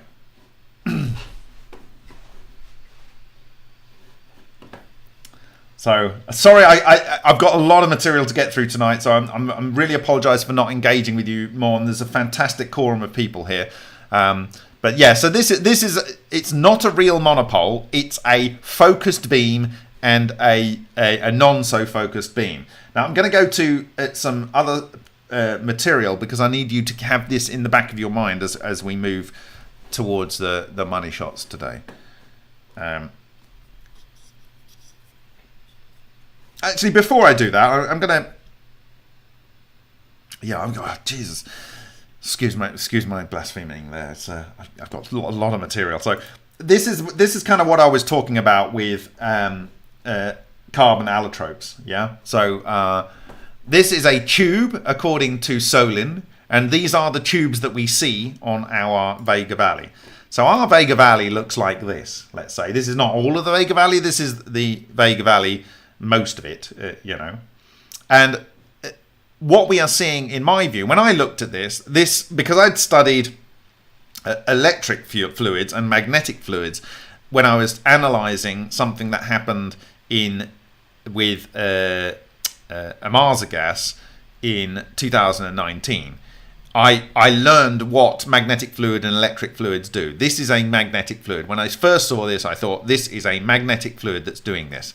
And the magnetic fluid is in the channels. It's not the bits that are raised, it is the channels themselves. So whatever it was doing, it was pushing the material to the side, okay? It was pushing the material to the side.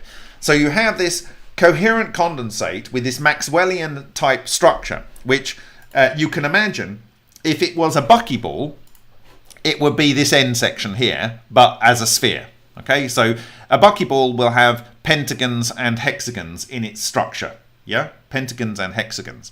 A carbon nanotube will have all hexagons, but they can be corkscrewing like this. They can be zigzagging, or they can be in a linear array. So there's various ways they can be. And you can imagine that to make the structure that we are seeing here, sometimes when it's bending around a corner, you might have a combination of these different types of structures that are necessary to form this structure. But overall, as I've shown you on the wall, the structure is telling you that this is compliant with Maxwell's theory for a superfluid, superconducting magnetic condensate, and the absolutely bang up-to-date science in this field, which is mostly mathematical and mostly superconducting, not physical that you can see and you can see what it's actually doing in reality. They are all supporting what you are seeing on the side walls of this reactor. Okay, now the interesting thing, I'm going to say something here which is, I talked about it a bit in the past, but what's built up here is mostly copper oxide and zinc oxide, which, as I told you, is diamagnetic, and so that gets pushed to the side outside of this superconducting superfluid magnetic lattice. Okay. When Moses wanted to cross the sea, he used the Ark of the Covenant to produce a tube, which is the same kind of tube as I just showed you. It produced it might have been a sphere or a blob or whatever, and they could have walked with it. And water is diamagnetic, so it would have been pushed to the side. But the interesting thing about that is that on the crossing point, and I have to thank Lion for sending me this information from an archaeologist who realised this. The crossing point where Moses crossed the sea, the sand is vitrified, and we've witnessed this in Lion reactors. Okay, so it's able to liquefy silicates, silicon dioxide, and so forth. So much below the melting point. Okay, so diamagnetic water pushed to the side, exactly what you are seeing here. So I believe quite possibly that the technology that they used for the Hebrews to cross the sea was with the device here. Okay. All right, so that's my little bit of crazy, but it's not so crazy when you understand, okay? So it was creating a little tube, and they can be inside it. And that, my friends, is very, very important. You can be inside it. Remember the water that's in the ball lightning. It doesn't boil. It can come out. It's still water. The sand that's inside the ball lightning doesn't get changed. But as I've shown you with the work of Ken Shoulders, if you have something on the outside coming in, it's going to be vanquished. There's nothing that can get through that material. It will destroy that material. So you can see here the damage it does to alumina, aluminium oxide, and this is lead glass, which is silicon dioxide with some lead crystal type stuff in there. So you can see what it does to glass. It turns it to, it liquefies it and sloshes it. So I believe that that is kind of what you were using as a technology there.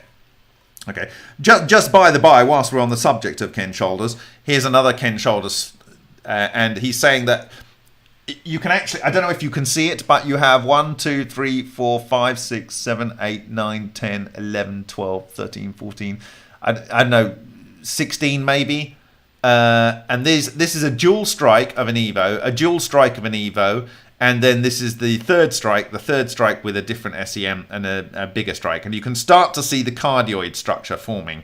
Okay, so one of these is the north and one of these is the south structure, and there is a magnetic flux loop that links between them. That is the magnetic flux loop, which means the two structures can come apart. They can be further apart, and as they come apart, the magnetic flux loop gets bigger, okay? And that's what we saw on the Lion experiment. That is what I believe is here. But I think these fourth and third strikes in this Ken Shoulders work do not show the definition of the substructure, whereas I believe the second and first strikes do. And he's saying here that Evos don't tend to release all of their energy in one go. They hop along, and as they get disheveled a bit and interact with material, they'll release a whole bunch of X-rays and different energies, and so you get a spread spectrum of those, and we've observed that in GS 5.2. Okay, right. Now, where was I going? I was going to go. Right. I was talking about magnetic fluids and how it pushes things away. Now, I have permission to share this from the author, which is Lyndon Gledhill. And here is a macro photography of real, what do you call it, ferrofluid. So this is on, I think, on a glass plate with some backlighting, and then he's got some ferrofluid, and he's taken he's got a magnetic field there or whatever, and it's organized, self-organized itself into a structure like this. Do you think this looks a little bit like this? Do you think that looks a little bit like that? It even down to these open areas here, where you actually have an open area down here, this round section, which is fully enclosed. Okay, nearly these two here are fully enclosed. Okay, this one's nearly fully enclosed. This one's nearly fully enclosed. So you can get that. You get these branch areas and sub-branch areas. These things going into each other. We have all of this kind of business going on here. So, and in fact, when I finished with the Vega Valley, I'm going to see if I can commission this photograph artist to use he has a microscope on which does both depth of field and X, Y, and he can take a very multiple gigapixel image of the Vega Valley, and I might want to commission that if that's possible at some point. But so here we have, and if you zoom into it, what do you see? Well, you see these kind of hexagonal lattice structure, okay? Kind of hexagonal lattice structure. The kind of inverse of what you see on the Vega Valley wall, okay? And this, you can imagine that the black thing here is the coherent magnetic electron superconducting superfluid condensate, which is in the channels here. So it's the inverse. In this case, the black bit is the yellowy goldy bit, okay? And the material pushed to the side, which is physically there, is the gaps in this case, and that's basically the relationship between those two. Okay, all right. Now, did I want to? Let me just see. I might want to show you just a little bit more to reinforce that point of the different structures you can have. I don't know. Maybe you can go and do. Maybe I'll do a separate presentation on that. But yeah, I'm gonna cut that bit. Essentially, go and look at what you can do by building branches and so forth on magnetic sorry, on buckyballs, and you can do nested buckyballs. I'll do a separate presentation on that so people can get a better idea of the overall ways in which these things can agglomerate and cluster in 3D space, because you've got to remember that when we are looking at this structure here, we are confined mostly to a 2.5D structure, and that is similar to, say, with Lyndon Gledhill's work here. It's a 2.5D structure, so it's mostly X and Y, and there's not a lot in depth, right? This is mostly X and Y and not a lot in depth. But of course, an exotic vacuum object, when it's working in 3D space, can interact. It can interact in 3D space, and we witnessed it interacting in 3D space in these various extreme interaction videos, which I've discussed at length. Okay, all right. So where do I want to go? Yeah, okay. So we were talking about how the soft north and the soft south in a mixed pseudo monopole structure environment can come together, and how in a mono, so for instance, the gamma rays are coming through this magnet here, and your gamma rays, as I told you, they're like these little shoulders devices. They are able to cause plasma, and then you've got a bullet, which is the width of basically nothing, producing vorticity, and those are then self-organizing in this structures that we've talked about to produce the clusters. And so in Shishkin and his team have shown that gamma rays alone can produce these clusters, and we're going to do a lot more on the translations of Shishkin's work, working at a micro level moving forward. And so what you're getting is, on one pole of the magnet, you're getting one type of these birdies, and on the other one, you're getting the other type of birdies. So when these are coming together back to back, that is because you have maybe a strong south and a weak north. And so the weak north can find the strong south. It's less likely that they'll bind together. Having said that, I believe that when they are born, they are born in these pairs, which can then form these links, and we've shown these links in various systems. We've shown them in the this link between here, the link between here and here, and we showed it in the Monopole clutch video, which I will go back to.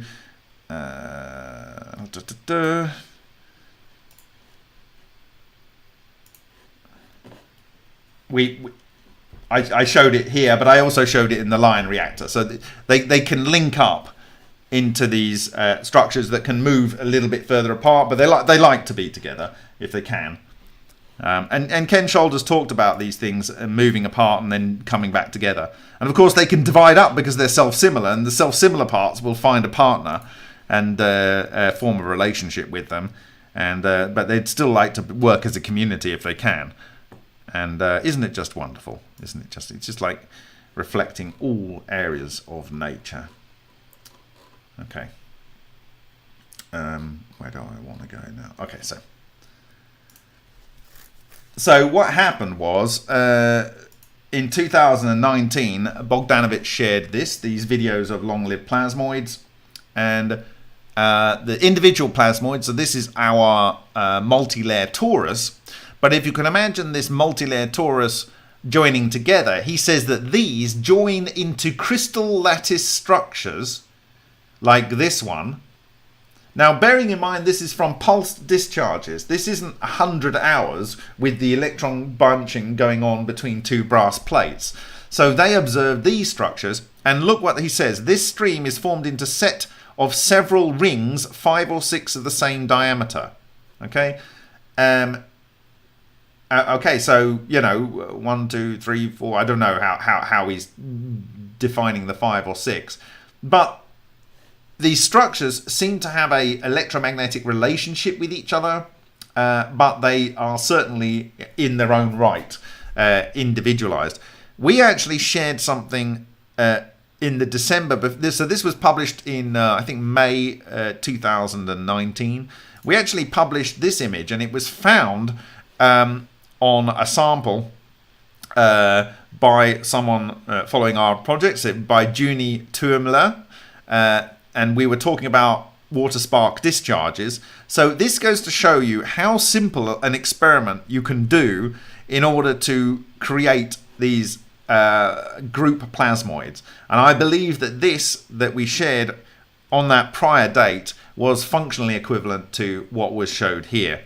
But again, this is produced instantaneously. And what's going on in the Vega Valley producing this fluid condensate that's producing these channels is going on in... there was one piece of brass here above this area and one piece of brass above here. Okay? And it's flooding out from here this electron condensate and producing these linked up magnetic fluid channels. I will note at this point, actually, that this gap between the two brass plates where you see this black area, there's a lot of carbon, and these little things you see here twinkling are diamonds on the peaks of these cell cluster centers. And this is raised. It's actually raised. And I think what's happened is some of the carbon is being synthesized from these two sides of the brass plate above, and it's depositing on the bottom. So you're actually getting a mound of carbon and diamond in the center here. And to a degree, that might actually be what's causing the flooding out down between the plates and etching these almost looks like woodworm between the plates. Anyway, I just wanted to note that is a raised area here that you see, and all of this detail will be in the book, which will be commencing Kickstarter hopefully next week. So we'll be able to have much more detail about how the experiment was done and photos of the apparatus and so forth, and that will help myself and Hank take this work forward. Okay, so that being said, right. Okay.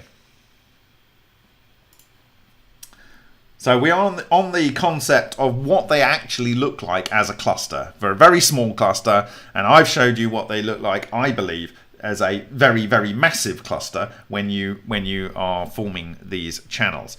Now, what can a cluster do? Well, let's look at a couple of things that Ken Shoulders said. Now, electrical engineering does not let charge disappear, but it does in this multiple toroidal form. You see, an EVO is a cluster. It's one way of thinking of it, of electrons. And and physics says, yeah, well, you can get Cooper pairs at 2, muons 207 times the electron, and maybe tauons 3,477.48 times the electron. Beyond that, they're all just clusters of electrons of a larger size. But heck, they rarely go above the hundreds, and I see them into the billions worth. No trouble at all. So I'm working with a way upscale class of guys. It enshrouds stuff. This is all written in some of these things on the web. When it enshrouds things, it can allow them to disappear. It does not make the atoms disappear in my laboratory. Sorry, it does make my atoms disappear in laboratory work. Well, that's interesting, because when they disappear, I can transport all this stuff through to somewhere else and it reappears. That's teleportation. So it does that very, very nicely. And the way I imagine it is that you have this skin of the superconducting superfluid condensate, and it represents as one electron wave function. Okay? And so therefore, it doesn't interact with normal electrons.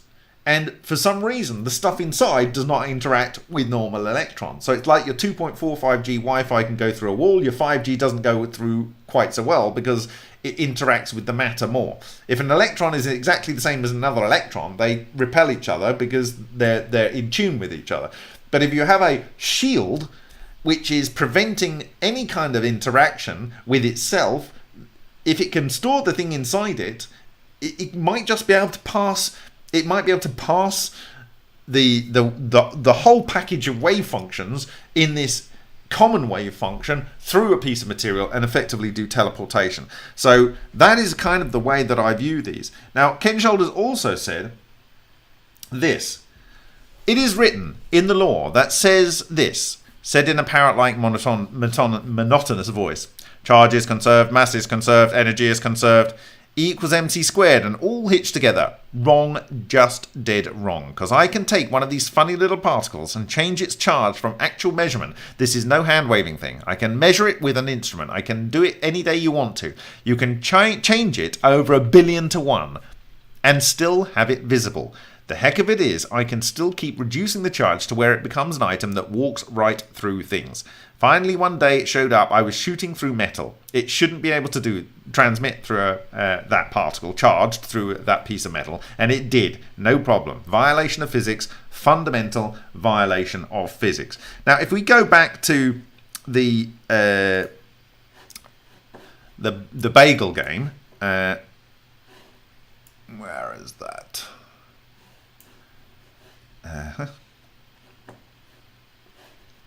Let's find that. Okay, I'll do it here. If we go back to our bagel game,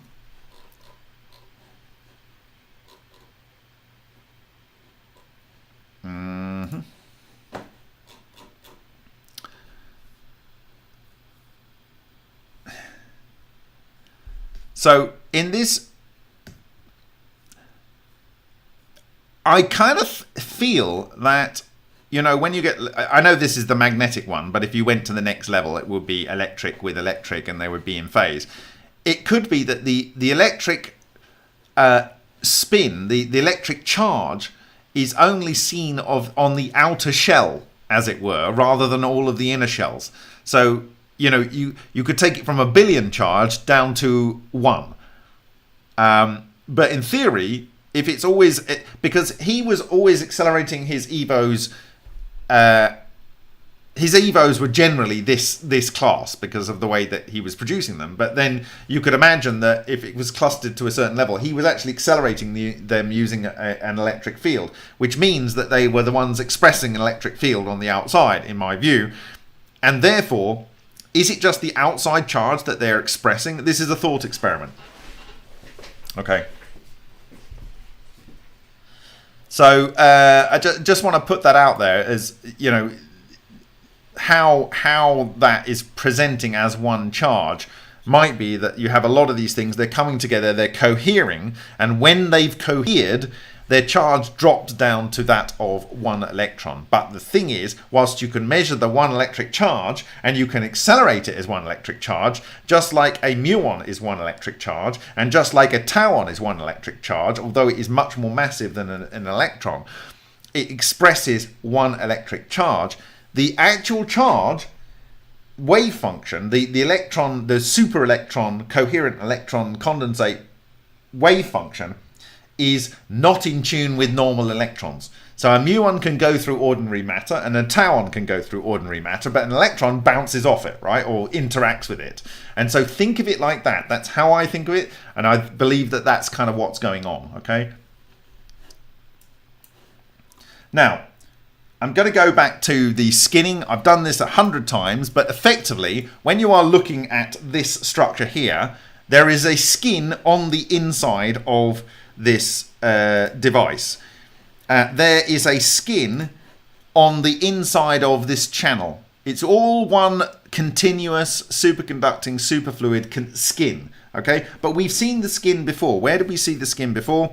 Well, we saw it on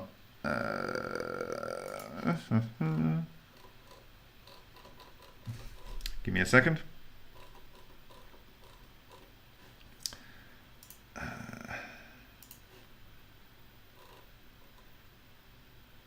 We saw the skin on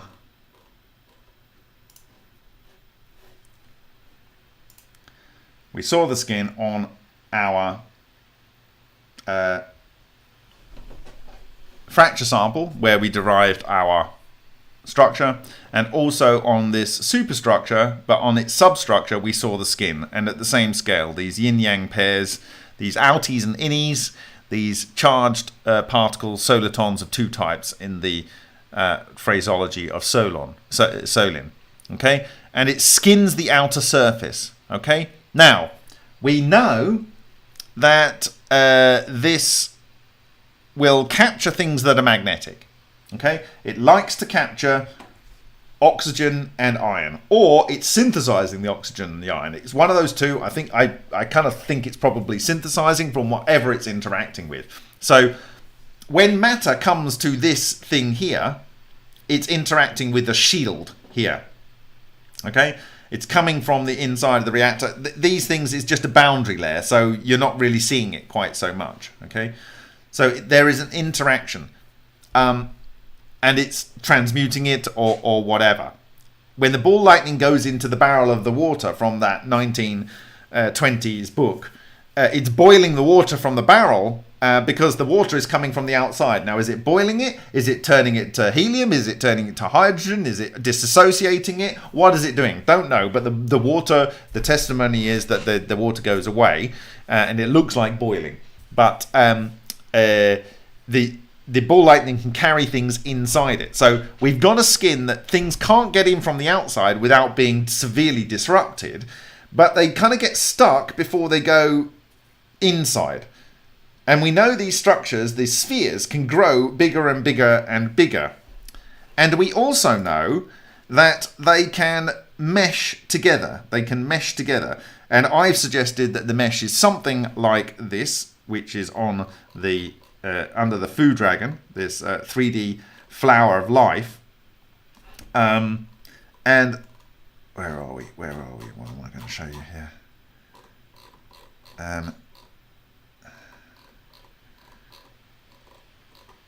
Okay. So, Shoulders is saying they can skin things. We've shown they can skin things here. And so, what does that mean? Well, do I want to do anything before this?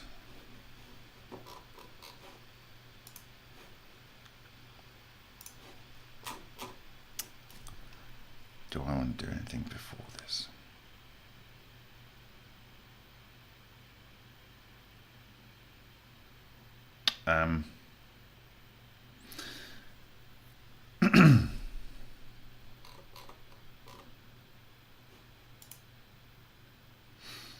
Yes, I do. So I need to find something and show it to you so you've got the concept in your head. If you if you're still with me, let me get this for you.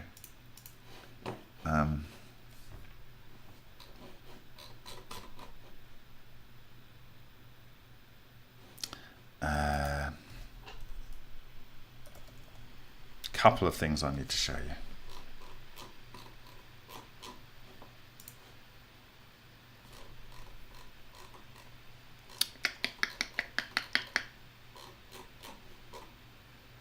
Oh dear. Can't remember what it is now. Okay, give me a second. Getting tired now. Nearly there, nearly there. Somewhere here. Okay. Right. I think we established that these spheres, they can sometimes have these triangular sections on them, and by comparing these sections and the outer skin with this segment, which seems to have the same material, and the micrographs from Takaaki Matsumoto, I believe that these spheres that can start small and get bigger and bigger and bigger, as Solin says, they are aggregating more and more of these magnetic charges. Okay, they are effectively got a fully coherent inner skin, and then this kind of like aggregation on the outside where it's coming to the point of not being able to be compressed anymore. But the overall thing is a hollow shell, as said by Solin. It's coming out, and I think this is an example of the shell thickness. So we know how thick the shell is, and we know how thick the outer crust is that forms these structures. This is being produced in an ultra experiment by Alan Goldwater. Thank you, Alan. And so we have ones at 3.83 microns or 3.87, and then we've got ones at 27 microns. And in this experiment here in ultrasonics, this is maybe 10 20. I mean, this is getting on for 30 microns across. This is really big, and this is maybe even 40 microns. 10, 20, 30, 40. Yeah, this is really big. This is actually bigger in a ultrasound experiment than was produced in ball lightning in Hessdalen, or in it's bigger than any of the ones that we've observed in the Vega Valley. Okay, so you can see that they can grow to quite a large size, and of course we know from Leclerc's work he was able to synthesize every element in the periodic table. So I think because it's in water and there isn't that much aluminium, it's cut off at a certain level of coherence. But I believe that I think he ran his for at least an hour. Whereas Alan Goldwater ran his experiment for less than 1,000 seconds. So if you're already getting 40 microns across, and this is a coherent structure, you can imagine it getting to a point where it does this electronuclear collapse, and you're getting all kinds of things being produced. Okay, so what I'm saying is that this is a thing that can grow, and it's growing by aggregating these magnetic charges. Now, what do the magnetic charges look like? I think I've already shown you what they look like, but I want to show you something from way back when, which I think might add some context here. And I'd like to do this all a lot better, but this is what you're going to get. Oh dear. Right.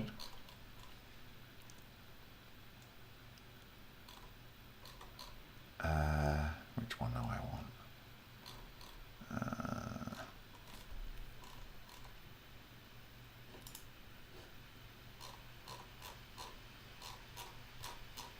Okay. So normally when you see these things, thanks to Henk, this is the belief back in 2001 of what was going on in these structures. Positive in the center, negative on the outside. But anyway, I think we're showing this as a superconducting superfluid condensate. On this wire, which is in free space, we're getting the full sphere. On the wire, which is on this piece here, which is in the center, we're only getting a hemisphere on here being formed.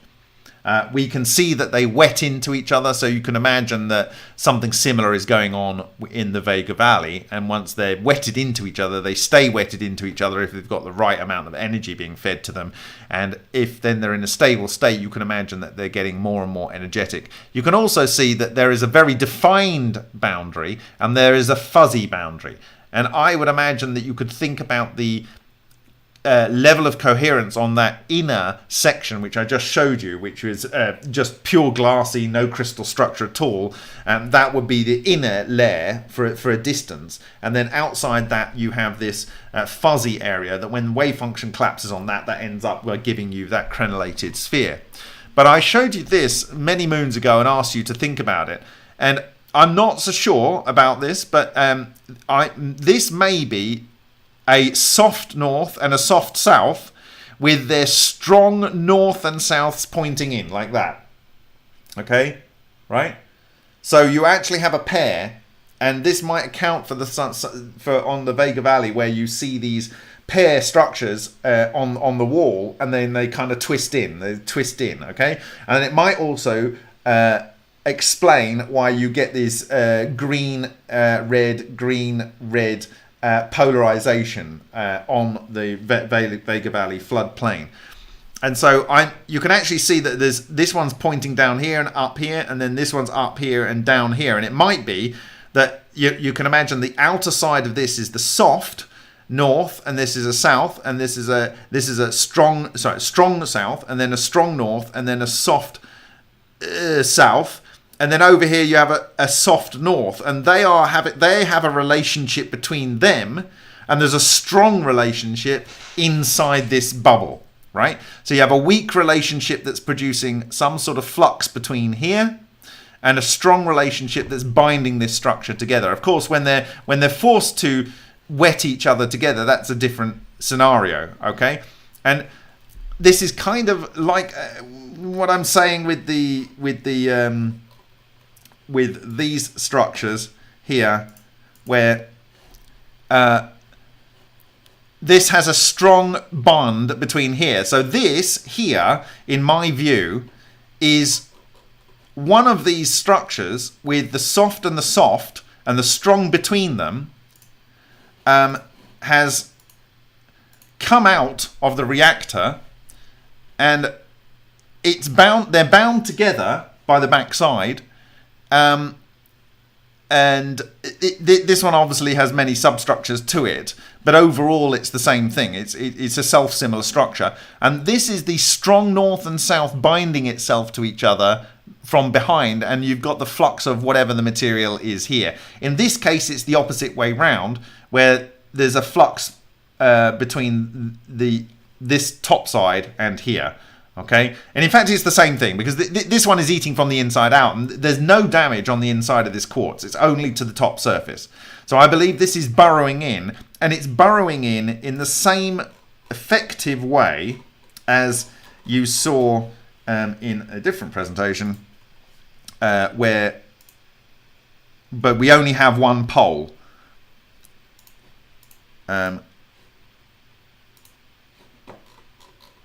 In the Monopole clutch presentation, where we are seeing the one pole coming in to this sample here. So this is just one pole coming in, and so it doesn't have this kind of relationship that you're seeing with the other side. You just got the flux coming out of the backside here. We have got other examples which I showed you before, where you can see the flux loop, or the flux flow between one side and the other here. So that's the north and south. Okay, if I can pause that at the right time. Okay, no, there. Okay, so this has a flux of this electromagnetic energy, this magnetic flux going between this outie and this innie here. Okay, so right now, why am I telling you all this? Why am I telling you all this? I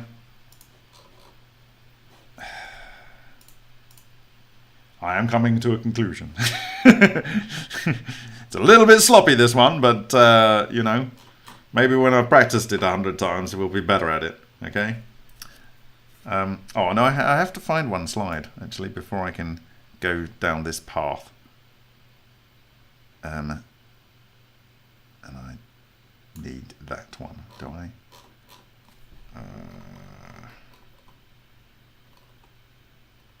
God. Okay, no, not that.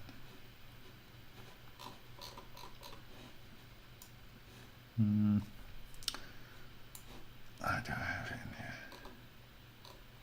Yes, I have it in here. Okay, I have to pull a slide from Ode to do this. Okay, that's fine. I've got that ready.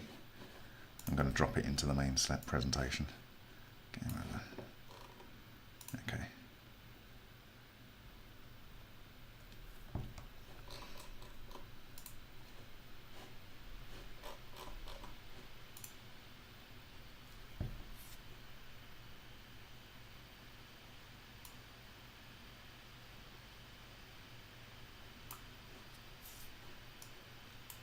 Okay, so it's going to be a little bit crazy and a little bit of not so crazy. Okay, are you ready? Are you ready for this?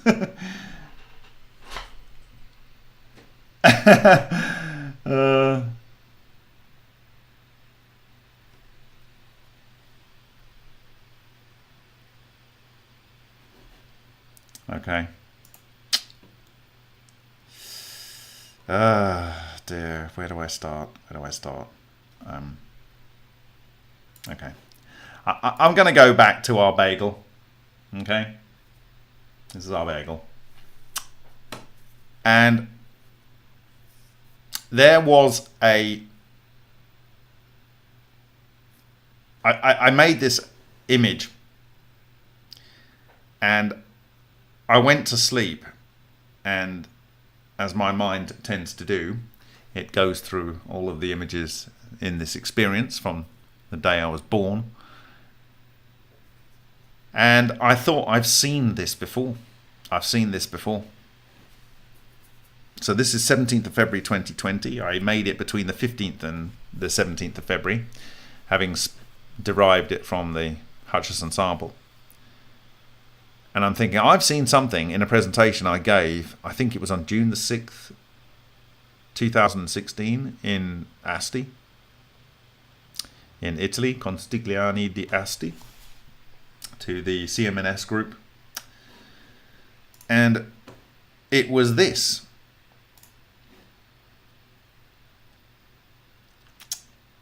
What am I talking about? Well, I'd already realized that the Maltese cross was critical to this. And I'd seen this next to a Tesla room in south of England, where they had all these, you know, Cockcroft-Walton generators, and they had these, what do they call it? What do they call them? The big spark generators with the.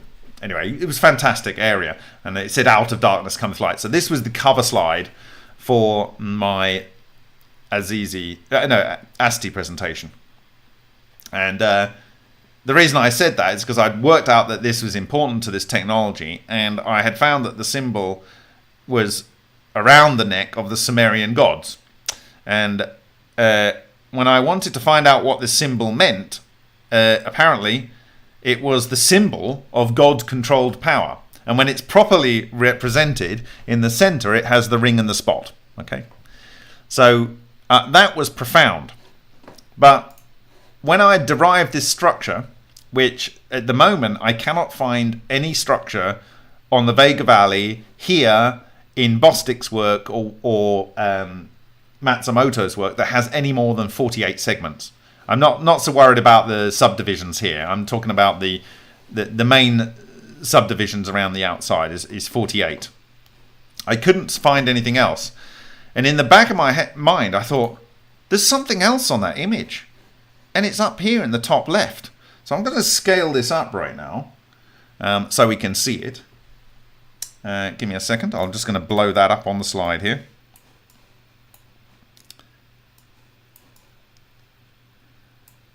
Okay, we go back into the room. And here it is. And so I just did a quick sort of, because it's not a super high quality image. I went 1, 2, 3, 4, 5, 6, 7, 8, 9, 10, 11, 12. Sorry. 1, 2, 3, 4, 5, 6, 7, 8, 9, 10, 11, 12. So 1/4 of this structure is 12 times 4 is 48. I thought, oh my God. Seriously? Seriously? So I thought to myself, I have to find out what this is. What is this structure? What does it mean? So I'm going to do it again, live for you. I hope I can find it again. I don't even know what it's called. New tab. I'm going to do exactly what I did. London Museum Sumerian. Let's try that. Maybe that'll give us our image. I don't know. This would be nice if it works. Oh, here we go. Is this the one? No, that's not the one. It's the same dude, just in a different pose. We've got the Tree of Life there. We've done that. We've done that.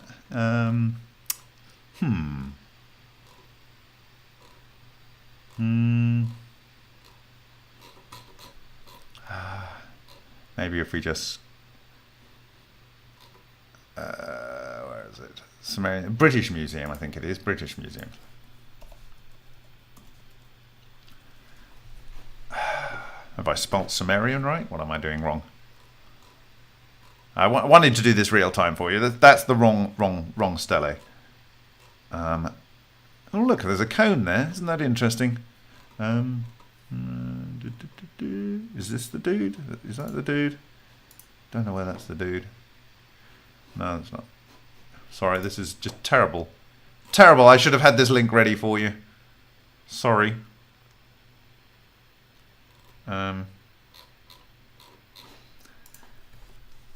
Let's do that.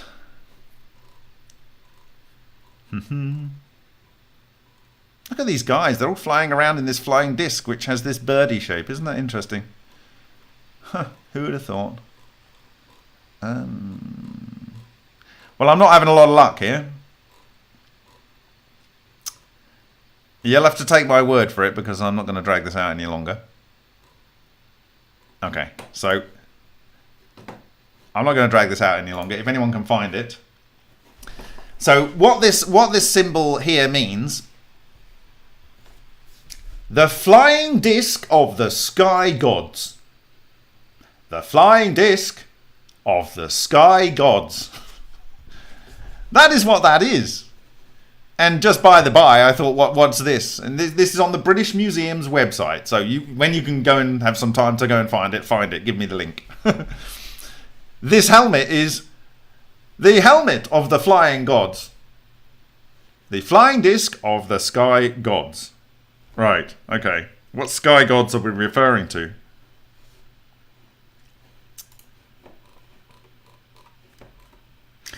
Well, I didn't stop there because I thought, well, I've also seen something that looks similar elsewhere. And here we have the Flux liner. And, you know, each of these segments is 1, 2, 3, 4, 5, 6, 7, 8, 9, 10, 11, 12. Is that quarter? Have they got 48 segments around the outside? Seriously? 1, 2, 3, 4, 5, 6, 7, 8, 9, 10, 11, 12. They've got 48 segments around the outside. What is the chances? What is the chances that the most I can find in any structure, both in the Vega Valley and Hutchison and in anything, is 48 segments?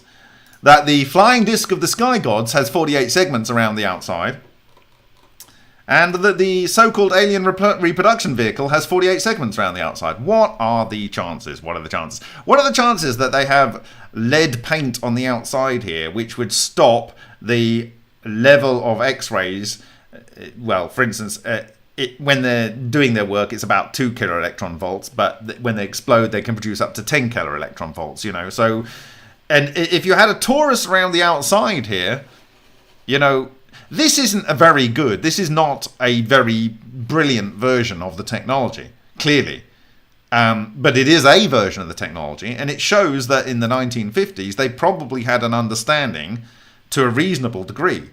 And did they have a flying disc of the sky gods? Did they? I don't know. But anyway, that's that. But you know, this is across other cultures as well. So this is another Ode slide, and this is the thunder god Preran and similar. Okay, so a Preran symbol is typically like this. It's a hexagon made of these triangles, and you sometimes have a spot in the middle with the spots around the outside. Okay, or you have these amulets like this with the three-legged man, or whatever you call it, to these 3 around the outside with the 3 in the center. So it's a self-similar structure. So you can imagine the overall structure is one of these, and then it's got 3 around the outside of each one of these. Okay. So Gromvotny Znachi, or thunder marks, are considered by some scholars as ancient symbols of Perun, which are often engraved upon roof beams or over entries of village houses to protect them from lightning bolts. Their circular shape symbolizes ball lightning. Their circular shape symbolizes ball lightning. Identical symbols were discovered on Slavic pottery of the 4th century, the Chernyakov culture. And in other cultures, here we have equivalents in major religions. For example, Indra in Hinduism. He is a god of lightning, thunder, storms, rains and river flows. Indra is the most referred to deity in the Rig Veda. He is celebrated for his powers, and the one who kills the great symbolic evil Asura.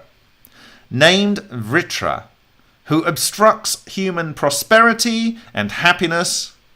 Indra destroys Vritra and his deceiving forces, and thereby brings rains and sunshine as the friend of mankind. This is the age we are in. This is the age that I hope you people can make us achieve.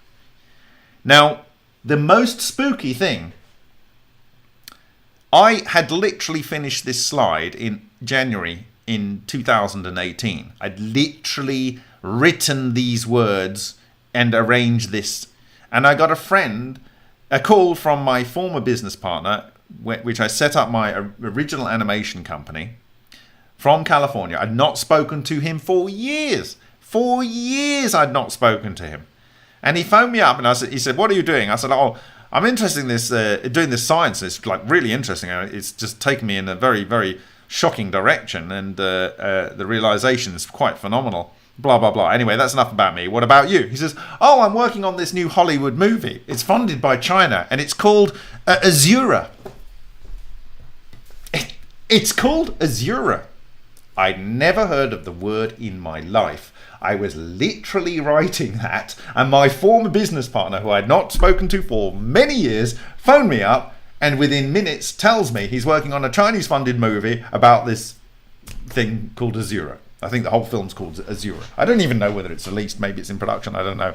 But that was that. That was that. Just a little bit weird. Okay. All right. And it's not just there. You have these flower. This is 1, 2, 3, 4, 5, 6, 7, 8 around with a spot, and these are grouped 1, 2, 3, 4. Well, sorry, 1, 2, 3, 4, 5, 6, maybe. I don't know. This is 24, is it? Around the outside of this. Is this a flying ring? Is this a flying ring? Would this allow someone to fly? Is it related to these structures with, oh, by the way, the Maltese cross in it with a spot? And with this birdie symbol, the same exact birdie symbol we see.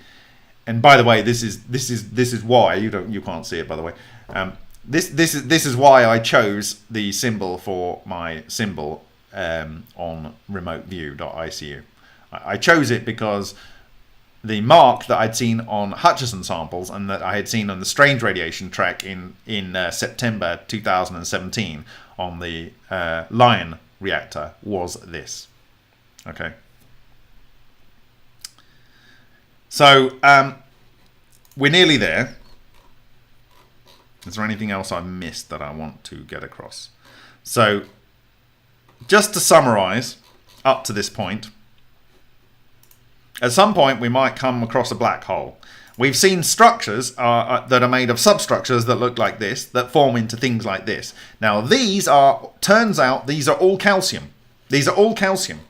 Okay, and if you go and look at what Ken Shoulders said, is when he struck an Evo onto palladium and deuterium, he saw silicon, magnesium, aluminium, and calcium. He did not see iron. He did not see iron. He saw silicon, magnesium, aluminium, and calcium.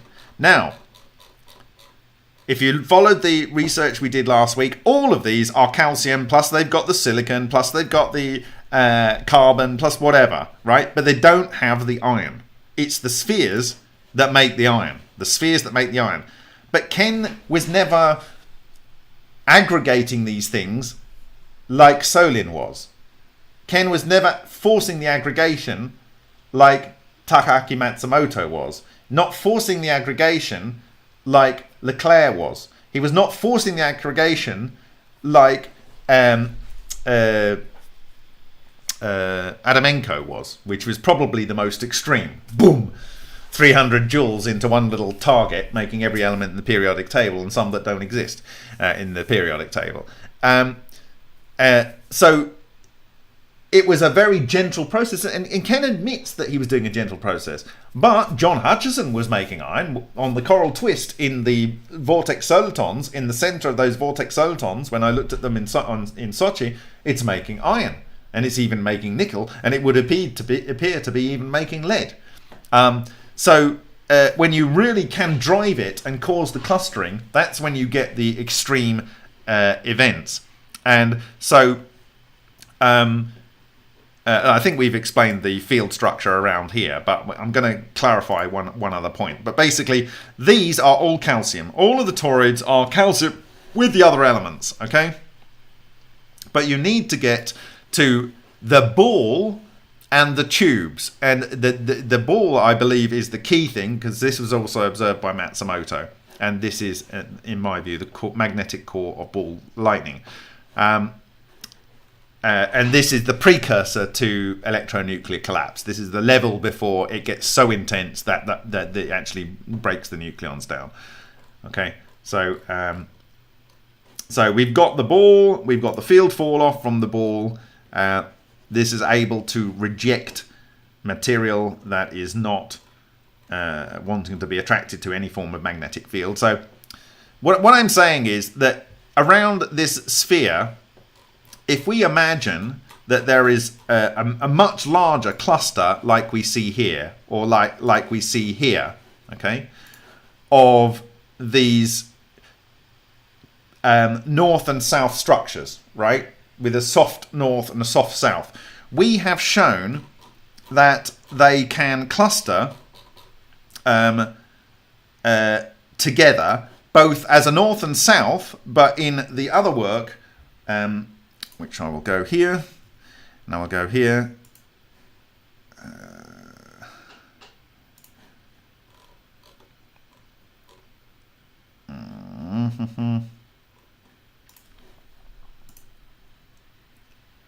We showed that north and south can cluster together as well. So you could imagine a scenario where you had either if I had a load of mushrooms, I would actually do it with that, and I'd have sprayed them red and blue or some whatever. But if you can imagine, you've got like this is my right hand, this is my left hand. One is one magnet, and one is the other. I'll get them in frame. That is your ball with your soft magnetic field on the outside and a strong one linking them together. When that collides onto a surface, it can go down like that. They slightly lay over onto each other, and they can burrow into the surface with a strong link between them. They can separate, and they still have the strong link. Okay, so you're seeing all of the effects that you observed, which also that Ken Shoulders observed, and so forth. So you got these structures. Now, the magnetic charges aggregate, right? So they can come together. We've seen that. I've shown you that. And this is what Solin is saying as well. And that, I believe, is what Ken Shoulders is suggesting.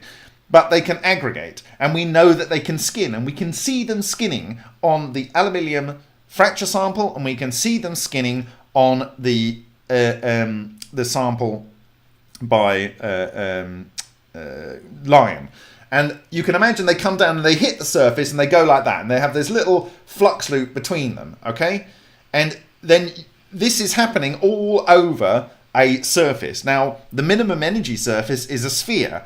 The next best thing is a pill shape, which is your tubes with spheres on the end, okay? So this is one type of craft is a sphere, and another one is a long, I don't know, something a bit like a tic-tac, okay? So you'd have two domes on the end, and these are minimum curvature surfaces. The other option is a toroid, but then you've got a gap between in the center, which is not so ideal. But anyway, you know, and so if they're skinning all over the surface, and we know from ball lightning they can prevent, how should we put it? They can have like 4 gallons or 9 gallons or whatever of water floating into 2 gallons rather of water floating into an environment. The ball lightning breaks down, the water comes out. We know that the mass was shielded from the effect of gravity. And we know that in the case of sand, for instance, that was moved, or anything that's moved, the action of whatever gravity is not able to affect the sample. Now, I've told you about Maurice Elias in 1954, I think it was, I think in 54 or 56. He's on the NASA website. He had a Foucault pendulum, and during a 3-body alignment, like a solar eclipse or a lunar eclipse, there was a push and an unusual movement for the Foucault pendulum.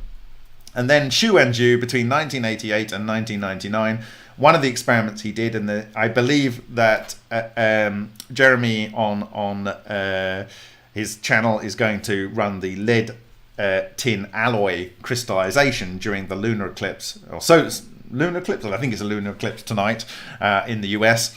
So I think you're going to be able to go and see that. I don't know if he's on with us right now, but they had a brass sheet, so not electromagnetically conducting, with a a weight hanging off it and some strain gauges on it, and it was hanging vertically during a 3-body alignment. And when you had the 3-body alignment, there was a sideways movement. And I explained this, that there is something that is raining down across the moon, and it's at higher density on the outside than on the inside, and there is a sideways movement. And this speaks to the pressure form of gravity. And if you go and look at the 2010 paper from the CERN theory group, they're suggesting that relic neutrinos could explain all of the observables of gravity, and from this push point of view. Now, if the relic neutrinos are instantly sucked in to this structure, because I told you, Shishkin says that the solitons are in part, at least, relic neutrino condensates. They may be caused by electron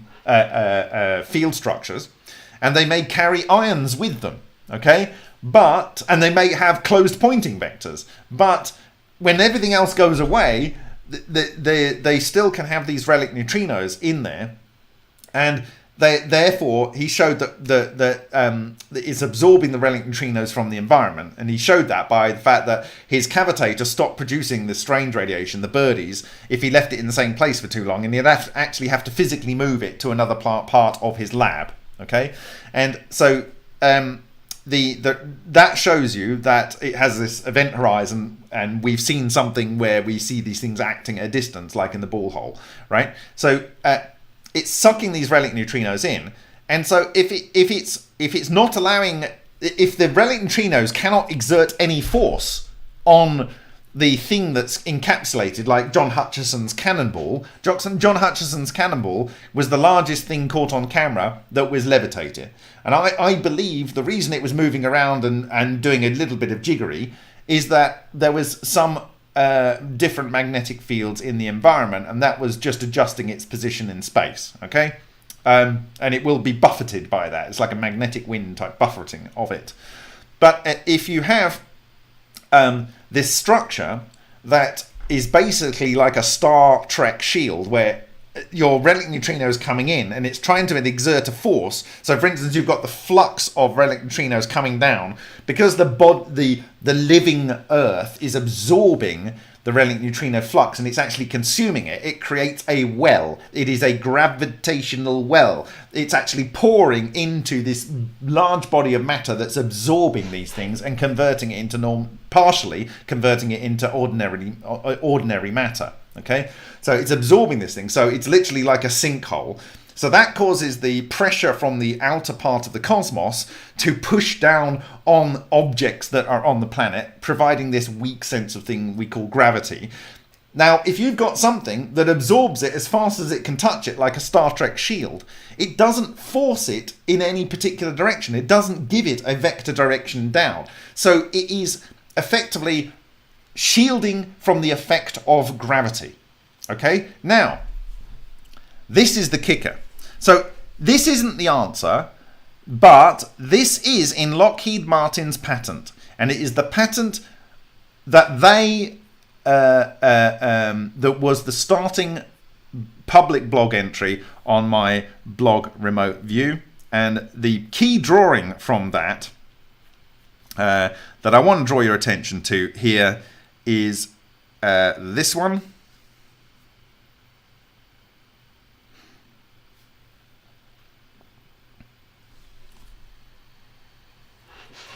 And it's figure 3 from their patent. And it says systems and methods for generating coherent matter wave beams. Okay? Figure 3 is a schematic drawing of the coupling between neighboring particles in accordance with various aspects of the subject technology. An approach to inter-oscillator coupling analysis may be based on oscillators, e.g. particles, being weakly coupled to each other, and the strength of the coupling may be inversely proportional to the distance between the oscillators. A thorough analysis may require that every oscillator influence be influenced by every other oscillator. Implementing this requirement, however, can lead to unimaginable mathematics. A non-complex approximation may assume each oscillator is coupled to the nearest set of oscillators, e.g. a shell of nearest neighbors.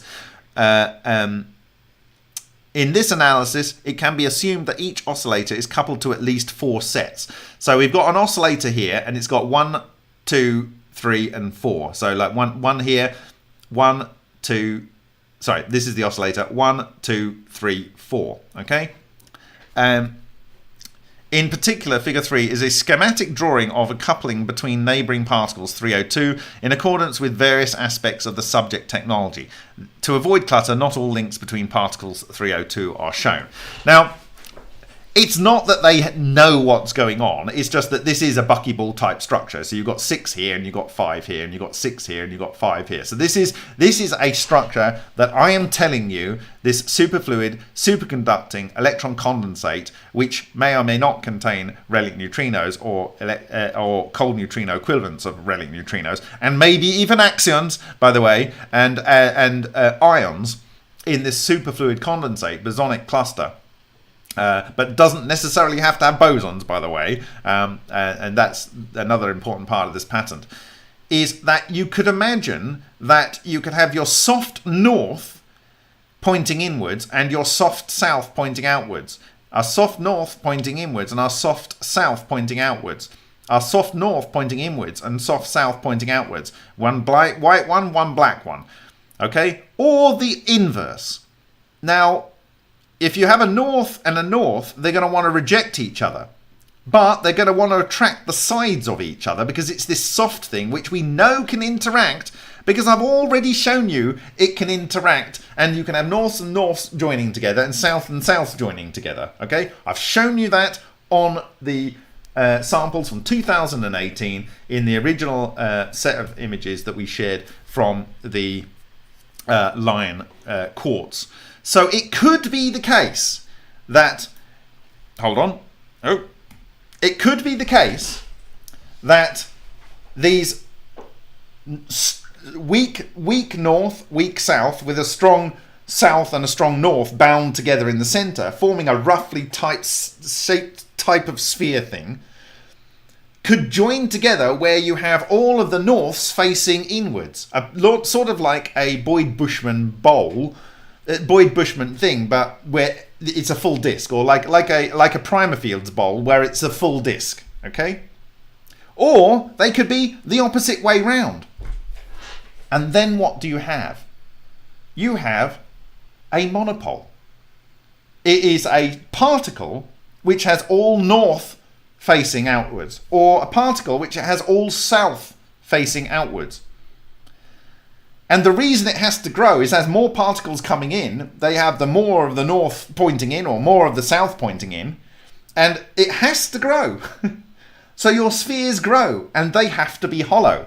And because you have stuff coming in from the outside and the pressure from the environment coming in from the outside, but you have the magnetic pressure pushing out from the inside, from the opposite side, yeah, you have this inside layer, which is where the forced coherence is most intense.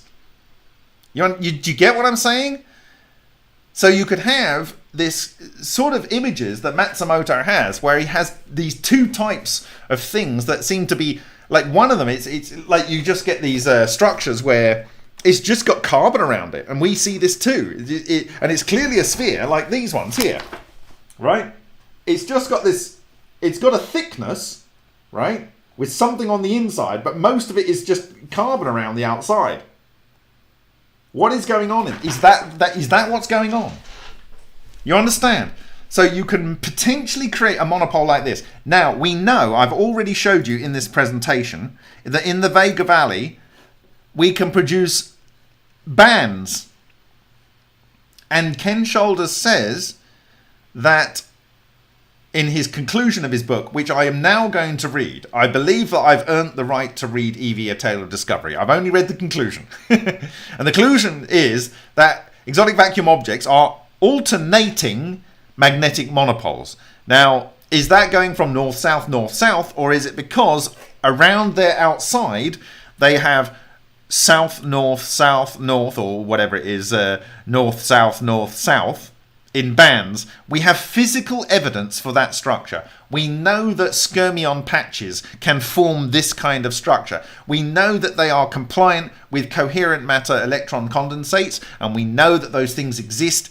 But what you are looking at with some of the other papers that I showed you is something that is actually more homogeneous on the way it expresses itself outwards. Okay, so I think that we could have a scenario where we are actually producing a structure, and this is just talking about the coupling, but it's a good image to be able to show you what I'm describing. So the white spheres here are all of our weak norths facing in. We have strong south to north here, and then we have the weak south on the outside. So did I get that right? This is strong north on the inside, weak south. Sorry. Weak south on the inside, strong north, strong south, weak north. In that case, would be a north monopole. Okay? And the inverse. So, and these would be made of these torus, which are tori of tori of tori, which are self-supporting. Okay? So they can persist, and then they can form a macro spherical cluster, which is going to always be necessarily hollow, which will have coherence on the inside. Okay? Maximum coherence on the inside. And to protect yourself, your aircraft will necessarily be needing to be made of the most diamagnetic material you can find. And that is bismuth. You would only have one choice. You could potentially use pyrolytic carbon, but if you are a more ancient technology, you would just use bismuth. Because bismuth is the heaviest so-called stable element, although it's not technically stable, you would have to use a very light structural element for the rest of the material, and therefore you would use the most light structural metal, and that is magnesium. So your only choice, if you were going to start making structures that use this technology, is a combination of magnesium and zinc. Magnesium and bismuth. Okay, you might want to use zinc because zinc is also diamagnetic and it's also piezoelectric, so that might be a good one to add to the mix with if it's an oxide of. So that is your choice. Now, why was I banging on about the Boyd-Bushman directional magnetic beam? Why was I banging on about that? Can anyone guess? I'm going to give you a guess. Anyone going to guess why I'm talking about that?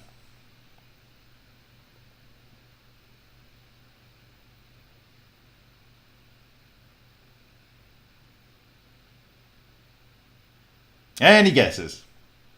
Why was I talking about the Boyd-Bushman magnetic monopole? Equivalent of our pseudo monopoles, which I've just explained how I believe that they may be able to cluster into either alternating monopoles, or as we've seen the evidence for on Vega Valley, or as potentially electrodynamics suggests, you might be able to end up with actual monopoles, which are spherical. So I'm talking about this. Why am I saying that this is important, particularly the one that has the magnetic thing behind here?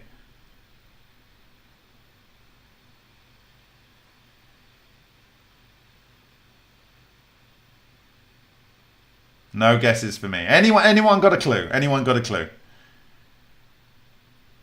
This is either worthless or it's worth trillions. It's worthless or trillions. No guesses. All right. I think you've had your lot. I'll come on to beetle wings. I've got a very large amount of material I've collected over years, and I'll explain that. Also bumblebees as well. It's all the same thing. And maybe someone else can have a hash at it, but I will explain it. Okay, so I'm not getting any responses. Right. In the PAP device, I've explained, has a radioactive source, and he is building the charge clusters. He then discharges a spark between there. And what that does is it blows up those charge clusters. Why? Because of the magnetic field associated with the discharge. Okay, the intense magnetic field disrupts the stability of the structure. Now, imagine you have a sphere. Have I got anything spherical in here? Of course, I have nothing spherical in this room right now. Okay, imagine you've got a sphere. Let's say you are inside a sphere and you wanted to vector in a particular direction. bearing in mind, relic neutrinos are coming in from every single angle. Okay, some are reflected like they are in Parkhomov's reflector, but in space it will be largely equivalent from every angle. Okay, what you do is you have this structure, my friends, with your magnetic pulse on one side. Okay, and you do a pulse of intense magnetic beam, and you have these structures arranged around your craft. And when you do a pulse, you destabilize the coherent structure within a small area that magnetic beam goes through. What does that do? It causes the relic neutrino flux to push on that area, which can now no longer instantaneously shield for the affection of gravity. So you do a pulse, you break the coherence in that local zone, okay, and you shoot off. And because you're effectively mostly in this coherent structure and the relic neutrinos can't go through you, you do not feel inertia and your mass is irrelevant. You understand? Is that clear?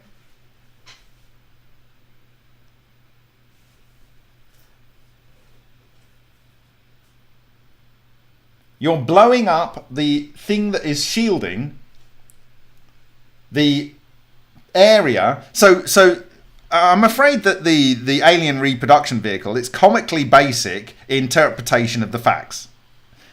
When they made, whoever made this, it was quite basic, and it would have been difficult to fly because you could fall with gravity or not fall at all, because we know these things can persist. And so once you spun it up, it would just sit there and it would not fall, right? And you would spin it up more or less to move in a vector. But you could really only move like up and fall. You have to do what the Sumerians had on their flying disc, and it's have one above and one below, so you would end up with a disc shape. Okay, that is your only choice to do that. But more optimally, when you understood the technology properly, you would create your sphere like John Hutchison's cannonball, or a pill shape. You know, those are the two optimal structures, okay, like a tic-tac, and then you would pulse. Now, when Boyd Bushman is talking here in this video, he's not talking about random stuff. He's talking about John Hutchison, the neutrino verse, and anti-gravity, and talking about this device. And he has this patent for this device. I mean, you literally cannot make it up.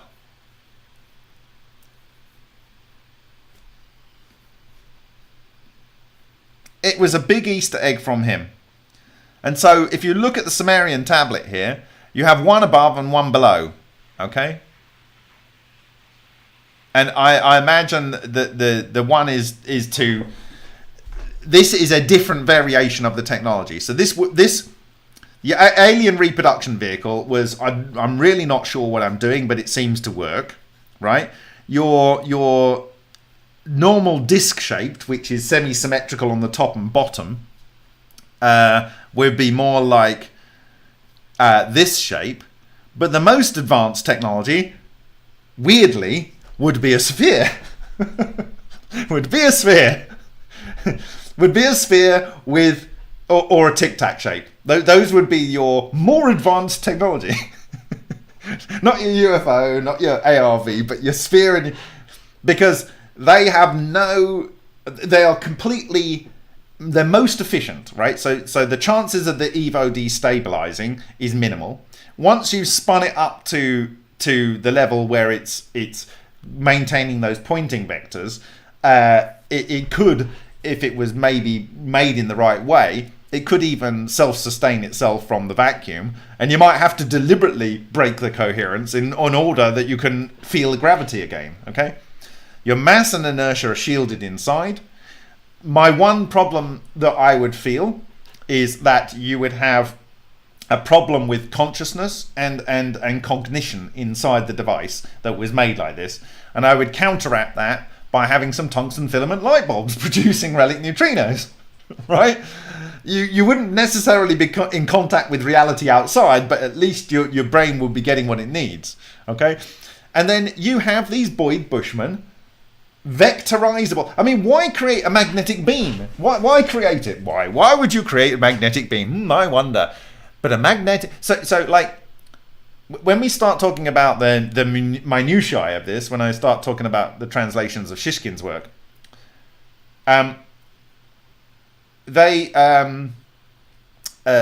he's talking about axions, and effectively, I think you can blow up an axion, and when an axion blows up, which is potentially part of dark energy or whatever, dark matter, when you blow those up, it produces 2 photons. And if it's producing 2 photons, this structure might be able to harness that energy, not only from positron-electron annihilation, but from an axion being blown up as well.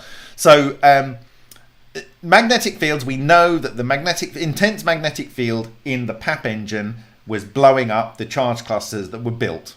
It's exactly how it works, right? That is how the PAP engine works. So that's mechanical energy and electrical energy gain, right?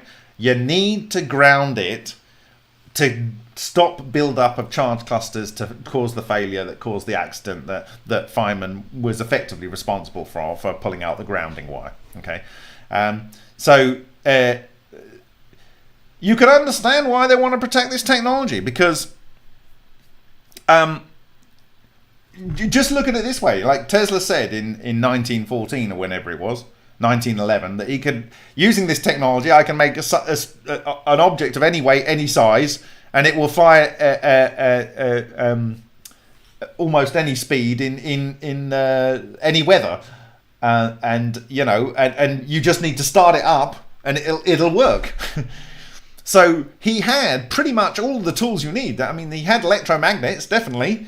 He probably had magnets, and he definitely had high frequency Tesla coils, and you know, he basically had every single technology you would need to make this technology. He would have it. And so what I'm saying is that once you can lift 1 million gallons of water and it basically is effortless, you can take that to the top of the mountain, let it out, and let it run down the hill and produce electricity. Just the same technology can produce unlimited electricity with nothing other than the hydrodynamic systems that are already in place, right? So right off the bat, we've got unlimited electricity, right? Unlimited electricity.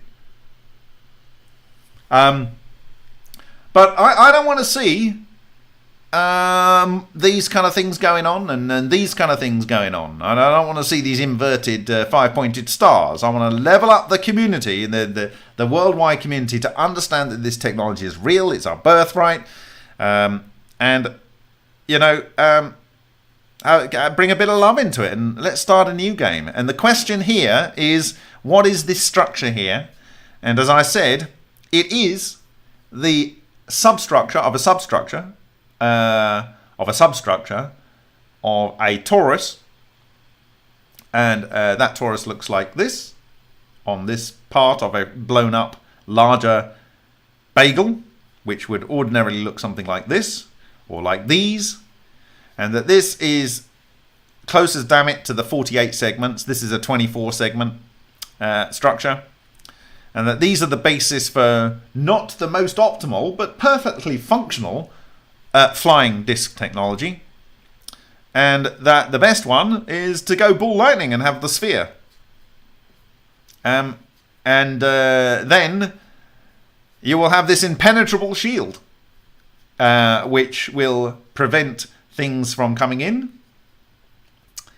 And yeah, it's all pretty funky. And then you can live like the sky gods with their flying discs and their flying hats. So that would be funky. Everyone should start wearing these with Evo's rule on it. You could then start understanding what all these cultures around the world were doing when they were referring to this ball lightning type technology and needing to be protected from it. and what they were doing in the Vimanas, and what they were doing in these flying discs with these flowers with the ring spots in the center of them. Yeah, so I think the most advanced... this, they are saying, is a substructure of the coherent matter. But it's as good a basic model to show how you might be able to achieve either alternating monopole structures or actual monopole structures. And to conclude, the reason I'm saying this is that what we have shown is that toroids can then form a mesh. And the mesh might be pulling in neutrinos, relic neutrinos, and other matter, just yanking it in, right? And it is intensely magnetic. And as it grows, it has an event horizon. It has an event horizon. It has an area over which it will influence the matter around it. And you have a couple of event horizons. You have, I mean, you have this one where things can't get close to it, but then you have another one where, you know, everything happens. And it might be that, you know, our galaxy lives in this space. I don't know, but anyway, I'm just riffing there. But what you see is these balls, we can get them bigger and bigger and bigger, and they are hollow. They are hollow, but they have this expanding event horizon as they consume more matter, as they get bigger and bigger and bigger. And are we looking at a model of a black hole? And I'm utterly convinced that whether it's a torus or it is a sphere, it doesn't have a singularity. There is no singularity at all. And then very randomly, are we all inside our entire universe? Is it all inside one big black hole? And it's expanding out as it's absorbing matter from, or energy from the rest of the universe outside, right? Anyway, that's just a completely random thing at the end there. Okay. So, does anyone understand? Does anyone have any problems with the explanation there for the various levels of anti-gravity technology and why we are currently at the spheres and the tic tacs?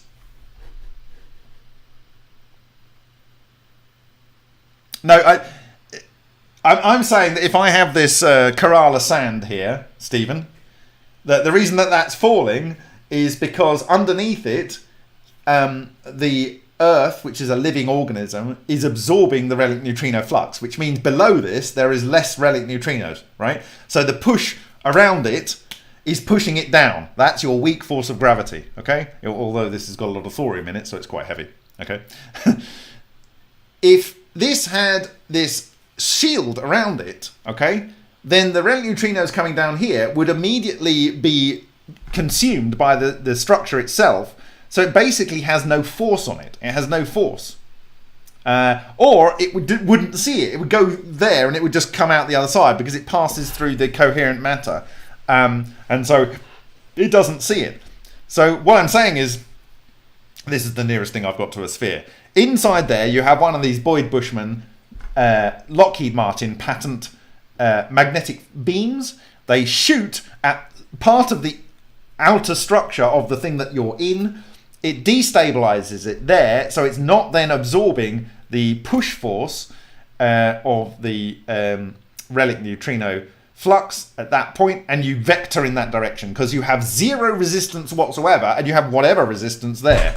You might even have some of the particles that were in the condensate blowing up and firing out. But the point about this technology is it would work at any point in the universe.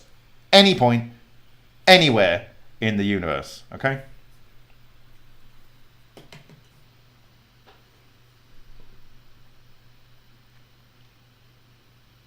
No, you don't disrupt the inner wall of your shell, of your ship. You disrupt the skin, which I've shown you on various experiments. So Ken Shoulders says you can enshroud these things. So where's the phrase he said?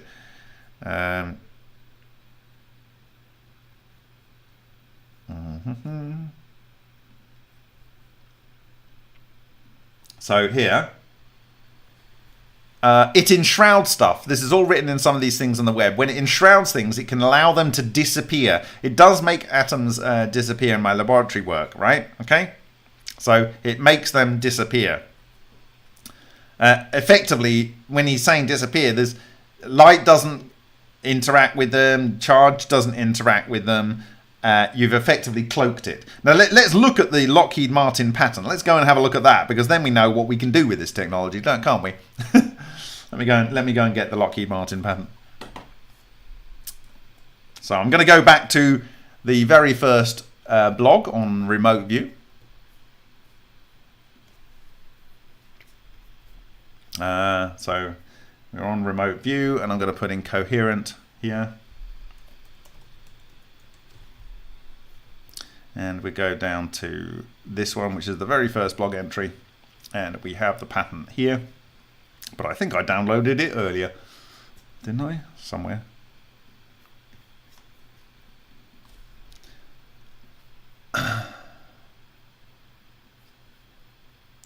I love the name of the guy that supposedly wrote this. It's not Joe M. It's Mo J. Arm. So Arm Man. Arm Man. I love it. It's a great name. Okay, so let's go and look at cloaking. I'm going to type in cloaking because it's like. So. Furthermore, coherent matter waves may allow fermions, e.g. electrons, as well as bosons, e.g. photons, to achieve coherence. Examples of applications for coherent matter wave beams may include, this is just including, single bath thermal extraction. Okay, so this is taking energy from the far field and bringing it to where you want to be, or you've got something that's all the same temperature. I don't know, maybe an area of the atmosphere. And then you can use this technology to create clusters. We know we can create clusters. Now, the way you create that is you have interacting electromagnetic fields at the cross nodes. You then get the cluster formation. The cluster formation causes emission of thermal energy as the cluster forms. And then you turn the fields off in some area and they blow up. Just like you saw in John Hutchison's boat, they blow up. And they grab all the thermal energy, which by that point is dissipated. So you end up with a large cold area here and a large hot area here, and you end up with a weather system. So this is how you create weather. Ultra-sensitive accelerometers, and that's because an accelerometer needs to interact with the physical vacuum, and if you are able to remove the effect of the physical vacuum on something, then accelerometer, you could measure, you would be able to affect the amount of acceleration detection you could do. It's kind of inverse of what I was talking about with the propulsion. And interferometric tracking of airspace crafts, again, it's related to the same phenomena. A more accurate alternative to the global positioning systems, I think that would be something to do with the matter interaction. Now, the next two are the ones that I don't want to be existing, but anyway, they do. Matter wave projectiles and missiles. Okay. Then the next one is interesting because it says directed energy weapons. So matter wave projectiles and missiles are taking your matter, putting it into one of these structures, using an electric field, accelerate it to 1/10 of the speed of light, and you have it so that when it gets into the target, it dishevels and then it packs a huge punch of a bit of matter, which you never saw coming, you couldn't shield against, you couldn't detect on radar, and it packs a huge punch. Directed energy weapons are this. You have your electron condensate, your fluidized electrons, you put it into your target, let's say it's a tank, you have options. By over-energizing it, you can cause the tank to fragment in the way that John Hutchison did with a rat tail file. Or you can energize it in such a way that it turns the material to jelly if it's a different type of metal, like aluminium or copper or something. Or you can do it so that it produces an EMP. or you can do it so that it produces a lightning bolt. So imagine your people in June 2017 in Syria, where these electricity bombs, so-called, that's what the ISIS were calling them, they were carrying swords and guns, and the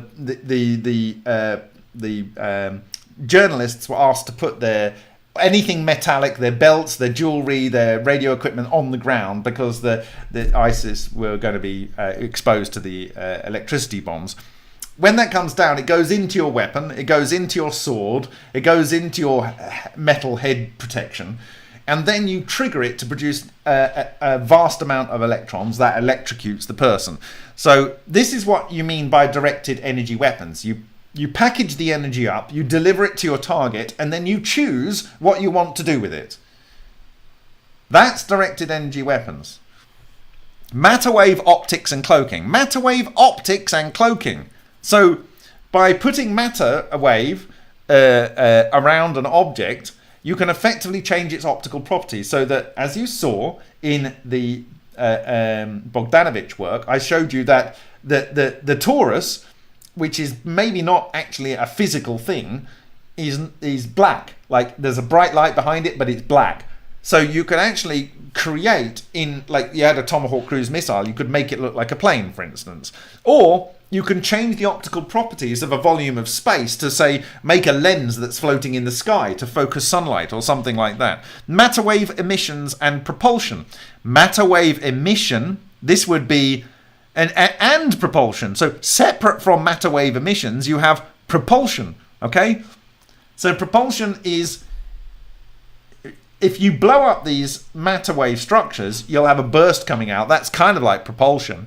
But you can also have emissions. Anyway, matter wave solitons. There we go. Well, we've seen matter wave soliton clap structures in our Vega experiments.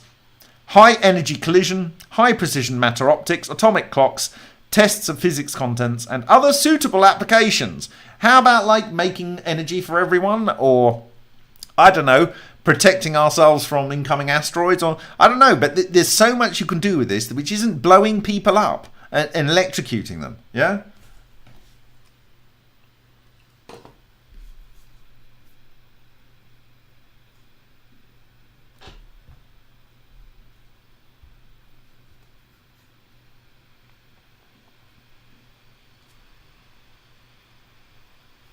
Now, electrical engineering does not let charge disappear, but it does in this multiple toroidal form.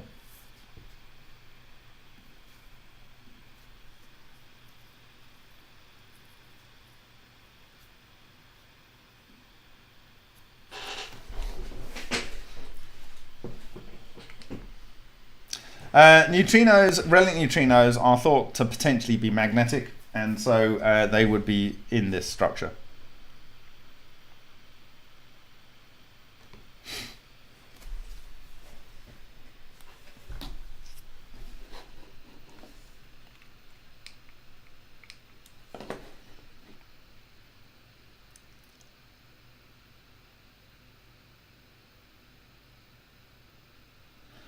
So yeah, my title slide here really is about leveling the playing field, leveling it up, so that we're not just using this for weapons and nefarious reasons, that we're using these little solitons of two magnetic charges that end up looking like this when their wave functions collapse, or the fragments of them, to produce our own little ball lightning or our own little black holes, and that these we can then leverage.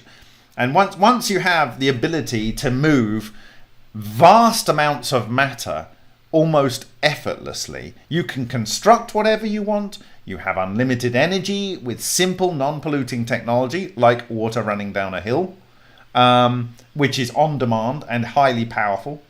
You know, if you want ice somewhere, you could just literally go into a part of Antarctica, grab a chunk of an ice shelf, lift it up, and park it somewhere in Africa. You know, there needs to be no hunger. There needs to be no potable water shortages.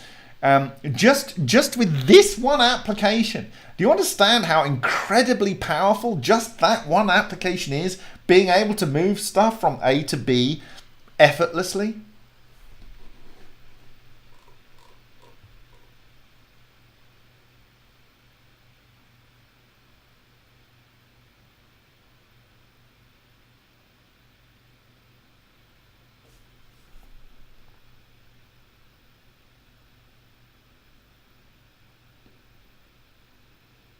And there is nothing beyond this. You know, you can understand why they held out publishing patents related to it to the absolute last minute. Absolute last minute.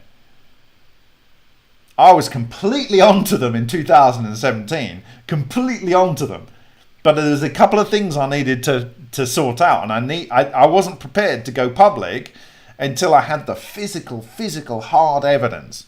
Not wishy-washy turns and a bit of mathematics here that no one's ever going to read, and a few black bits of paper, black writing on paper that no one's ever going to get, and some planes falling out of the sky and disappearing and weird things happening that you know, oh, well, must be something normal. Right? No.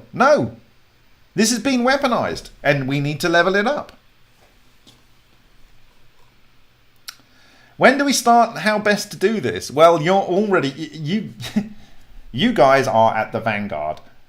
People say, why didn't you want a bigger audience for this? I don't want a bigger audience for this. I want the right audience. People say, can you describe what you're trying to say in 10 seconds? No, I can't. No, sorry, it's taken 5 years. It's taken 5 years. And along the way, ontologically, you had to know that the answer was there because they're already using it. Both in ancient history and after it was rediscovered in more recent history. They are using the same technology. So it's eternal. I originally suggested this might be the new fire, but it's not. It's the new eternal fire. But in fact, it's the God's toolbox. It is no sentient organism on any planet in any universe will ever, well, certainly not in this universe, will be able to discover something more powerful than this. It is all there is, and it will be repeatedly discovered by sentient organisms, and all organisms, whichever planet they are on, will always discover this if they don't blow themselves up first. It will always be discovered because it's underpinning absolutely everything.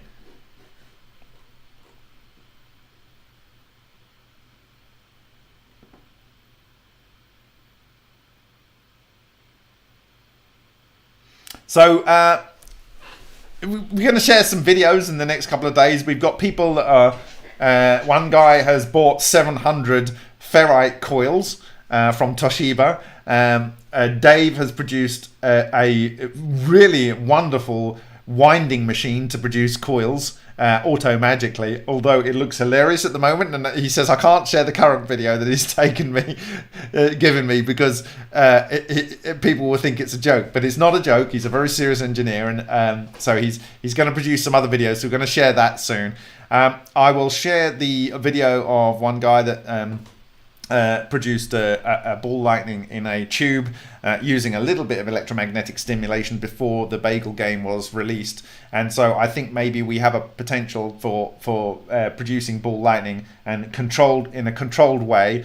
Another person has said that when they made the coil left-right, then they could see the magnetic energy coming out, but they couldn't see it when it was left-left or something like that. So I think with a little bit of effort, we're going to know which ones work and which don't, how many coils you have to have, how many coils you don't have to have. But essentially, nature is doing it anyway. It's doing it anyway. What you are seeing here is a simple 3 pieces of brass with a few hundred volts in a low pressure air environment, and it's producing these structures which are doing all of the transmutation observed by all parties, however many billions and however many decades they spent doing this research. Henk achieved the same thing in one 100-hour experiment with probably about $600 or $700 worth of equipment. Okay, and you will be able to do this too. You will be able to prove this to yourself that this phenomenon is real, it is natural, it's ubiquitous.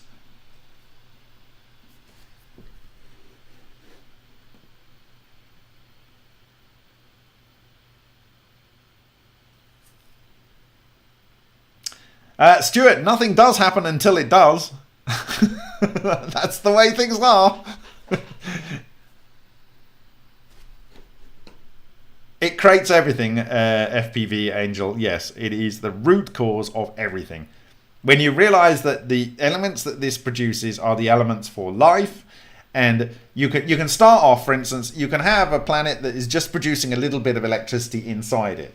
The electricity will build charge clusters. They'll take whatever elements are available and they'll start constructing the elements for life. Okay, and that's it. Sooner or later, you're going to get enough hydrogen produced, enough oxygen produced, because they're some of the primary elements that are produced, and they will go off and they will form water, and then it will start to accelerate because cavitation will start doing it. So the universe is set up to create life. Okay, and it's just I feel it's shocking to me that I've got to this point in my life. I'm nearly 50 years old, and I believed that we had to wait for the birth of a new universe and for supernova for this to occur. No, the planet is alive. I believe that not in the case of coal is quite likely dead trees, right? But in the case of oil and gas, when you see this technology produces a lot of hydrogen and it produces a lot of carbon, well, you put those two together under pressure and you end up with hydrocarbons, don't you? And what do you get? Do you know that most of the helium that you go, that's very funny in my voice, right? When you're doing party balloons, right? That helium is from the US Strategic Helium Reserve. And you know where that comes from? It comes from the top of oil wells, right? Well, it comes from the top of oil wells, in my view. It's because helium is one of the main things that Lena produces, right? That's why it's in the top of the oil wells, okay? So hydrogen, helium, and carbon. So everything is lining up to say we have a renewable resource. It's called oil and gas, but we can use the technology, knowing that the technology that actually produced the oil and gas is we can actually use that directly. And I can't think of a better way to do absolutely super simple. Like if you go to Kerala, where I used to live in southern India, nearly 100%, or certainly like 90% of the electricity in Kerala is produced hydroelectrically. So if they don't have enough rain, then they got a problem. But you could literally have devices that scoop up a massive amount of water in a reservoir at the bottom, which is still fresh water, and just take it up the top of the mountain and dump the water and just let it run again. That's it. Doesn't cost you almost any energy to go from point A to point B with a few million tons of water. And you have your on-demand electricity.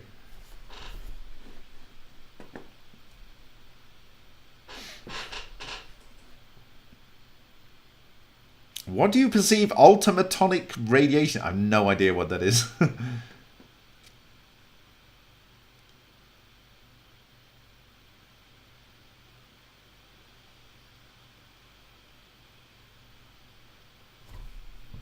Right, Bob, when you talk about Dave Boutillier, Canadian, I have made a machine but not sent the video yet. I put a new drive belt on it today. Can do all 4 tiers. Sounds fantastic, Cosmic Dave.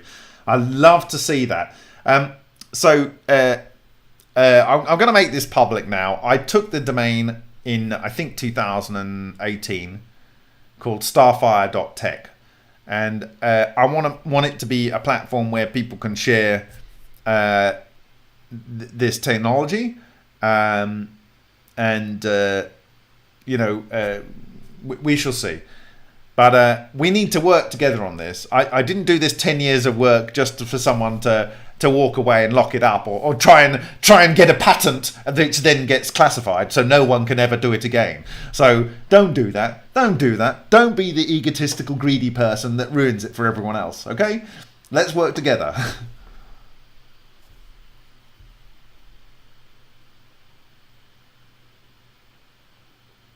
Can bagels be made by hand with all this machine talk? I'm sure they can be made by hand. I get the impression that the one that the guy made was made by hand.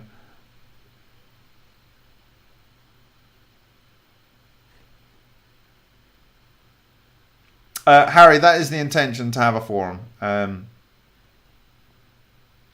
fact, I've already set it up on one platform, and maybe I'll make that public. I need a platform where people can share videos, and that wasn't available on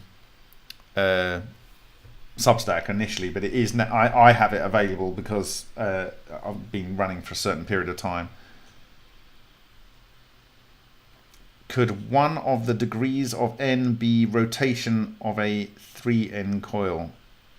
Not entirely sure what you're asking. Great, Cosmic Dave, that's good to hear. Open science here. Bob, all together on this. Fantastic. Hello, a double bagel with a side of ionic gold salad. Wonderful.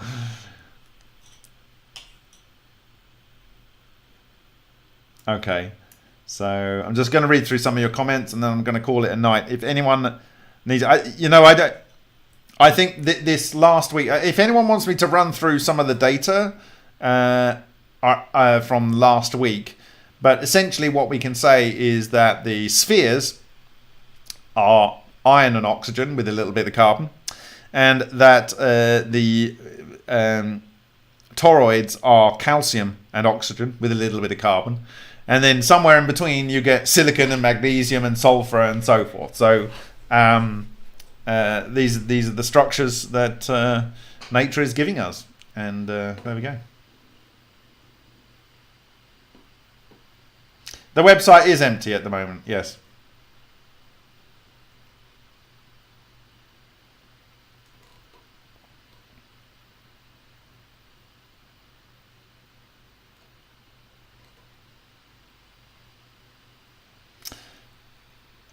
Scotty Sales, if you want to send a message to remote, if you subscribe to remoteview.ic, you can send me a private message there, or you can go to quantumheat.org and use the contact form there, and that will get through to me, and then I can contact you via that.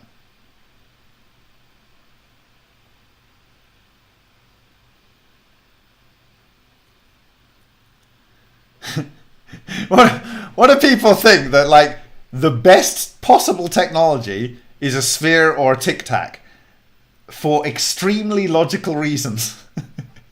And all of the funky discs and cone shaped UFOs and diamond shaped UFOs, they're all not the best solution.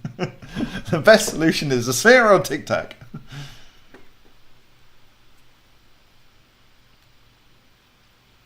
EBB says, I'm going to try frequency and voltage sweeps. Well, you know that the frequency has to be below the diameter of the wavelength, has to be below the diameter of the coil, I guess.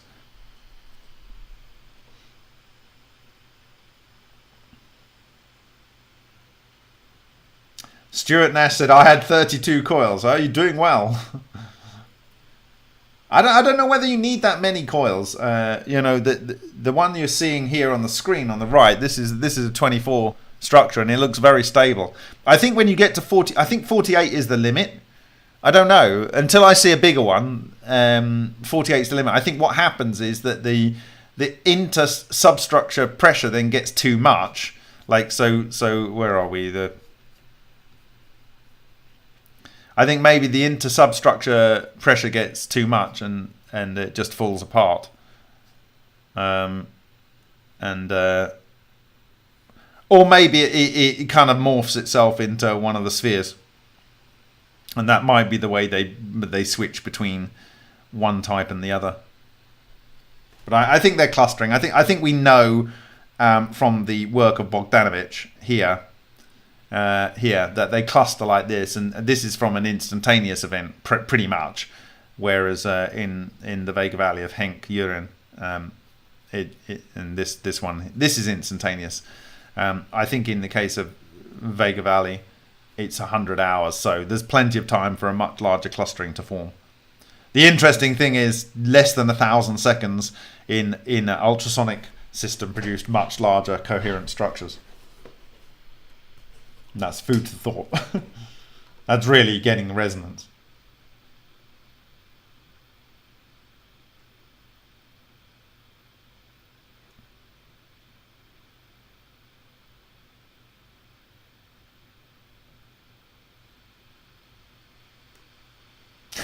Stuart Nash, I tried to describe an Evo to my electrician friend and he was surprisingly receptive once. Well, it's one thing to have an idea and one thing is to physically see it, but now you have a mathematical proof as well. It's not just, I believe these attaching together magnetically, then electrically, then magnetically, then electrically ad infinitum. You actually have a mathematical proof that says that that's possible. So it should be an easier sell to people now.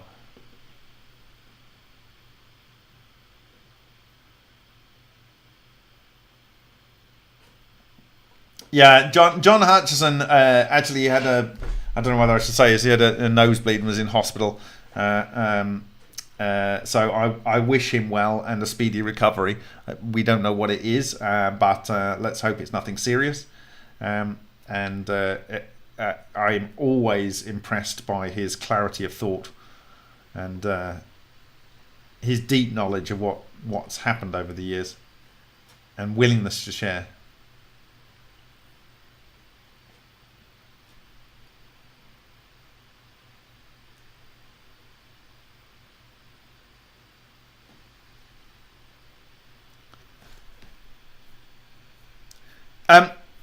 Someone says, I wonder how hard this is going to be to build. This is basic workshop engineering. I have some more detail to share about the capacitor plates here. And I think these were piezoelectric as well, in a way. So it makes sense. But, yeah. I mean, wood and lead. This is a ball which is just attached to the wood and lead structure and the structure that's producing the toroids. But you know, if you just want a thing that goes up and down and falls gracefully, this is your design. Of course, you can't have anyone through the center. The center is probably not a good place to be, biologically speaking. In fact, I wouldn't actually want to be in the sphere. I would create a triangle craft with spheres on the four corners. Triangle craft with spheres on the four corners? You mean the three corners, don't you, Bob, you idiot? Yeah, that's what I would do. And then you could selectively vector the thrust, because it would create a field around it to a degree. Not ideal. Of course, a sphere and a pill are the best things, and something to compensate for the lack of neutrinos. Relic neutrinos, to be precise.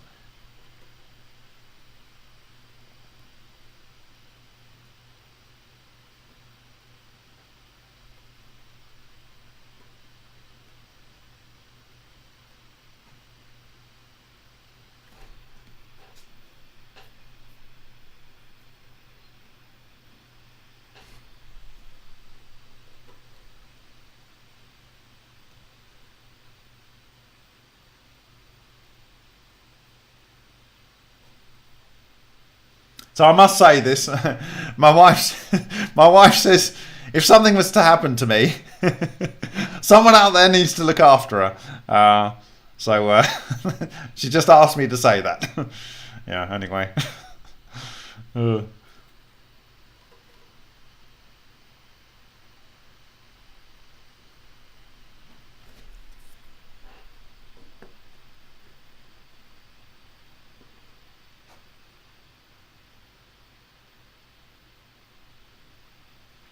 So common misconceptions, says Ed Touche said TR3B had a magnetic field disruptor propulsion. This could be a magnetic pulse enabled. Yeah, that's essentially. I didn't know that, but that's essentially how I would interpret that with my current thinking.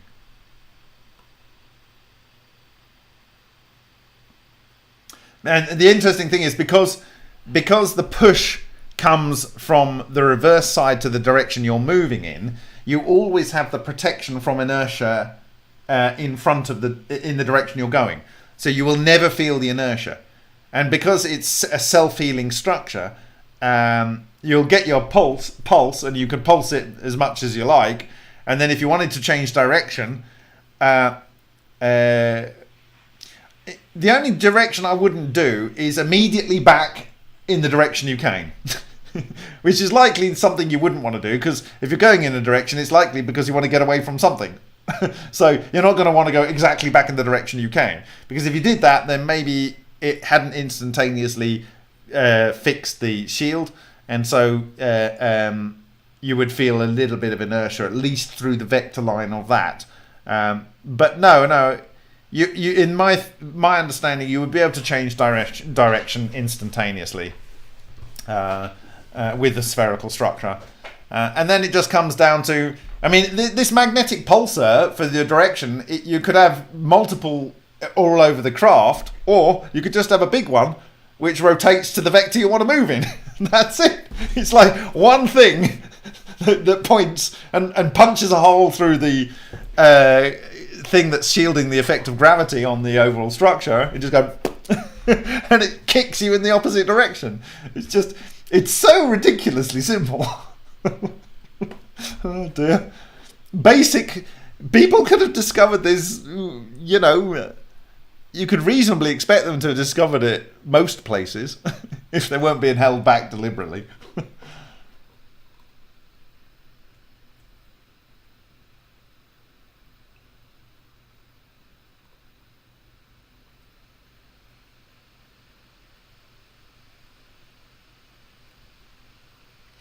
Is there a way to control such a flying saucer from the outside? Yes, you can knock it out of the sky using certain frequencies of microwaves that interact with the condensate. In fact, the ways that you would direct the energy weapons, the directed energy weapons, are the ways that you would disrupt these devices. But like, you know...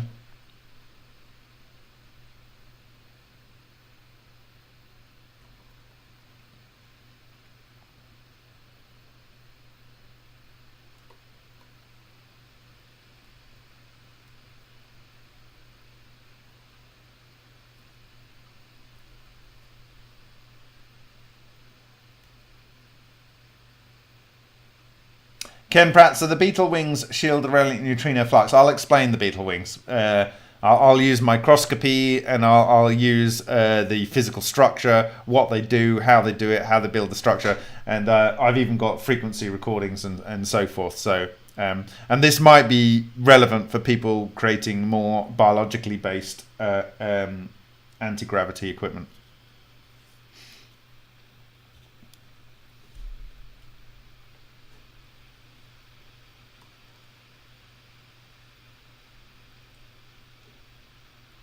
So Podlikatnov suggested a like a water wheel where you created electricity, and you know I talked about taking water up a mountain, but you could just have John Hutchison's cannonballs, which was let's say made of bismuth. No, not bismuth. Made of lead. They're made of lead. Not magnetic, right? And you built your structure on the outside, and then inside you had a little pulsar that pulsed down, and it blew a hole, and as it goes up, it propels itself up, and then you just turn off the shielding, and it drops down with the full weight of the mass. Anyway, it's basically you make it lighter on one side. In fact, you could have a magnetic pulsar from the outside maybe, and it's pulsing against the side that's going up, and effectively propelling it up. And anyway, there's lots and lots and lots of ways you can make energy out of this. Once you can control mass, you're just rectifying mass. Yeah, it's just lots of different ways.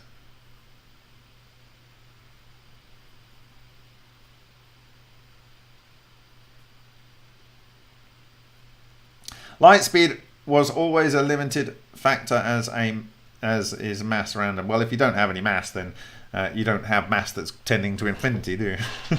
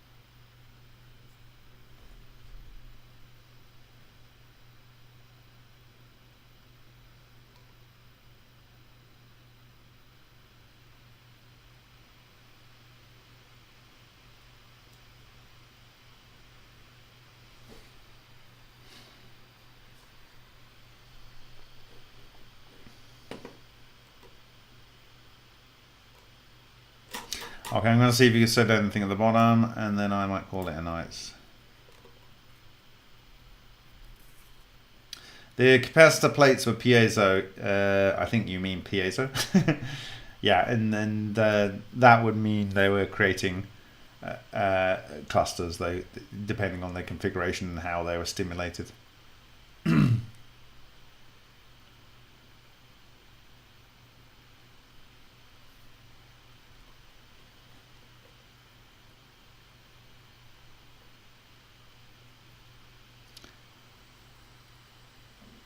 Well, how exactly do we go about creating an Evo skin? Well, I've told you in the last presentation, if you have a radioactive source, that will create static electricity, which is effectively charge clusters, and then you can direct that. I think you know, one of the ways you can look at this is I did this with my daughter's party.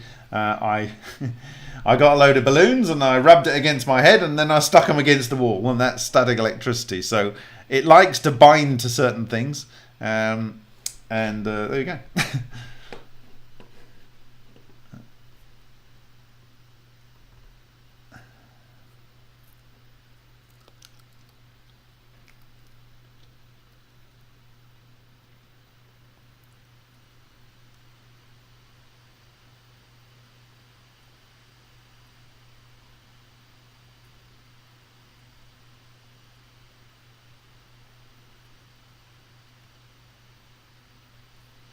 Yeah, I called this game over because I think we've reached a point where we can explain the structures. They consistently produce the same things.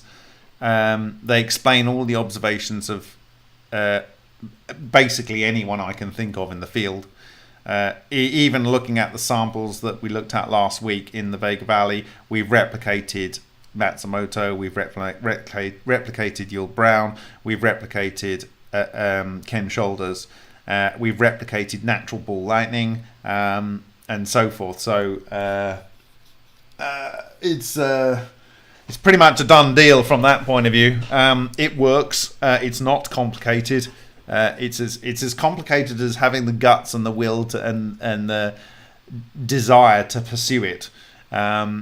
It's not to say you couldn't spend a lot of money and get it wrong every time, but you know, static electricity is everywhere. So, and learning how to accumulate that and to direct it, and then to manipulate it is what it's about, really. And there are better and not so good ways of doing that. And John Hutchison, I think, has pretty much done all of the different ways, but just starting mostly from intuition and feeling his way, and actually paying attention to what Tesla did. Not what everyone says he did, but what he actually did.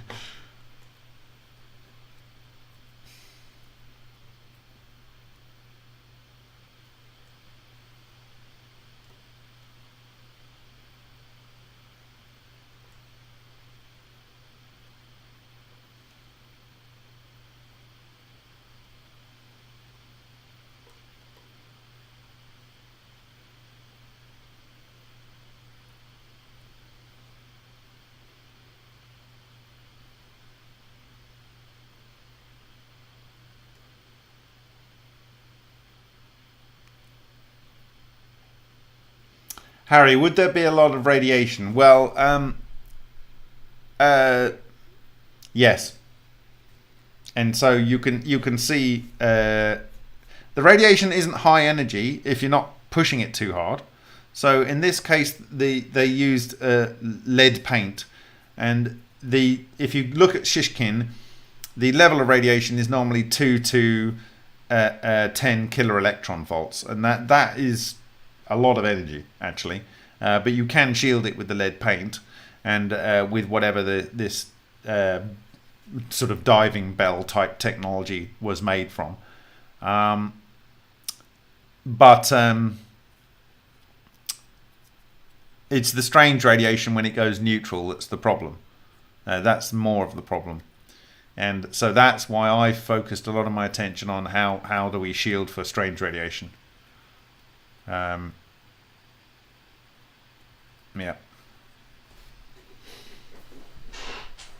Of course, if you had robot equipment moving things around, of course, this doesn't like to play very well with semiconductors. There's the other problem.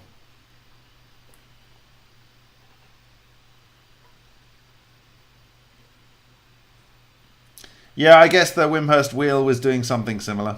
I wonder if it had 48 divisions on it as well. That would be hilarious if it did. I don't know whether it did. Or 24.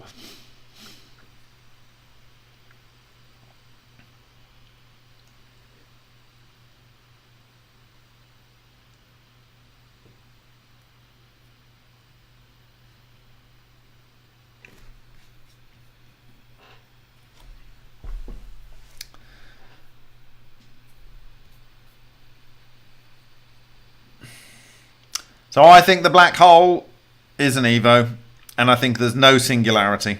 And I don't really care whether it's a toroid or it's a sphere. I reckon it's a sphere, and it expands, and it has an event horizon. It has all those things, but it has a intensely magnetic bucking.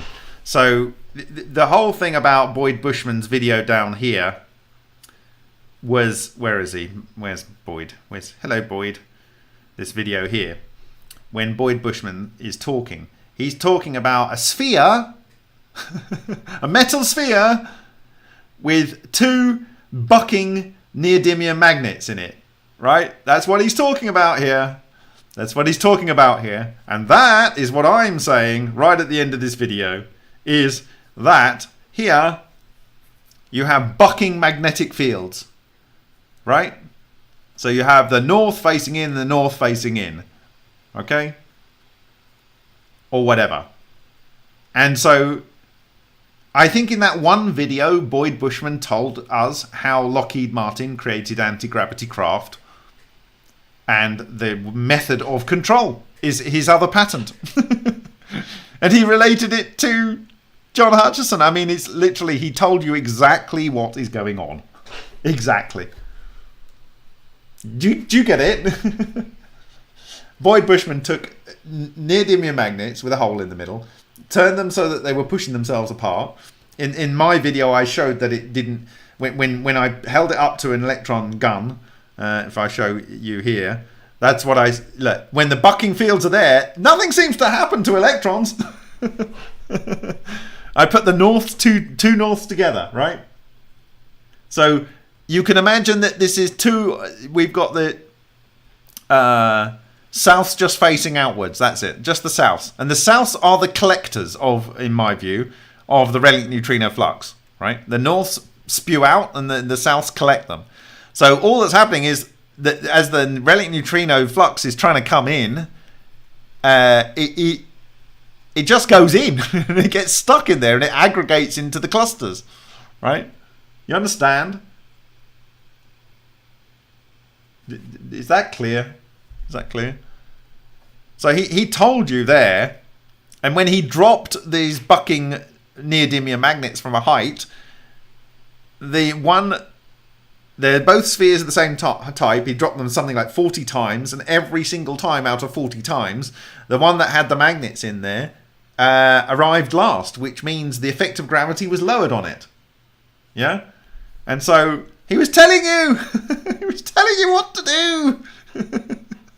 When did I publish this video? 22nd of September 2020. Oh dear. And then that's what's going on in here. You got a sphere, like one of these spheres, which is the core of the ball lightning.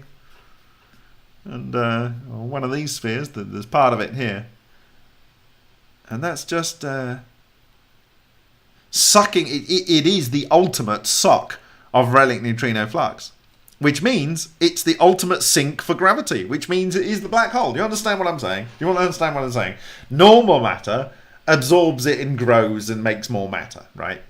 Okay. But a black hole has just got all the south pointing outwards, let's say, and it's just sucking the relic neutrino flux in. So as it's doing that, the rest of everything that is around it gets pushed in that direction. So it's a very, very, very big gravitational well. It's just and it all becomes part of it because it just goes into the coherent matter and gets, you know, whacked together.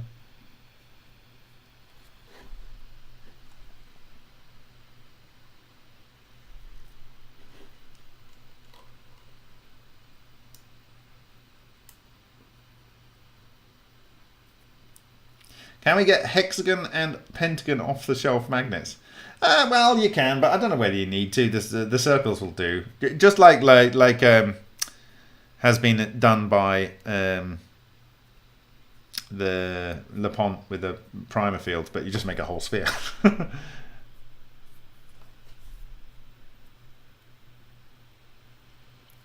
Magnetic field has the same effect on an ether as being dropped in a copper pipe. Yeah. That's the suggestion he makes from the video, but I think it's a little bit more interesting than that. It's not just that it is inducing vorticity, which is producing a magnetic field, which is then restricting its drop. I think it's doing something a little bit more interesting than that.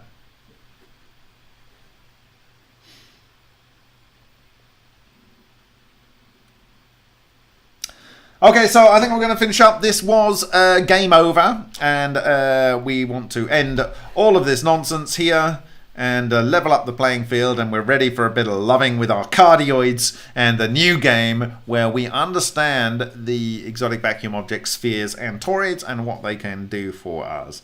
I ended up by suggesting that a black hole is not in fact a singularity, but it is one of these structures which has potentially these bucking magnetic fields, and therefore it is a sink for the relic neutrino flux, which then pushes everything towards the structure, which then grows as it consumes more matter and the event horizon gets bigger. But it's not a singularity at all. It just has an intense magnetic field inside. Okay, and then these are the self-similar structures, fragments of. This scale here is 500 nanometers, and this is 10 micrometers, so they're not much different in scale, you can see. So this is a lot smaller. That they then produce toroids, and many different toroids, and that we found that all of these are calcium rich, calcium oxide, whereas the overall structure of ball lightning has probably some of those calcium structures in there, but also it has iron at its core, and we can see this because the silicon is roughly at the same distance, and then the calcium is at a greater distance, so it looks like the core is the iron, and this follows the hypothesis. And it has this crenellated structure, and this also suggests that it's the core because you've got diamagnetic material on the outside. We spoke about clustering effects and how we derived the fact that there was two charged things before I read the Solin pattern, and that describes how this produces a quantum coherent nuclear reactor, and that we saw all of the effects that he observed on the various experiments that we did, that we derived the self-similar toroidal structure that fills all of the space-time, and that it underpins this technology, and that it can self-sustain and so forth, and also that the same type of strike marks in a D4D ratio were observed by Bostic and Nardi and published in 1980. And that has a mathematical proof produced by Nevesky in 1993 and trailered in a much more detailed article without the mass by Zverblis in The Bagel Game in 1995 in Chemistry of Life.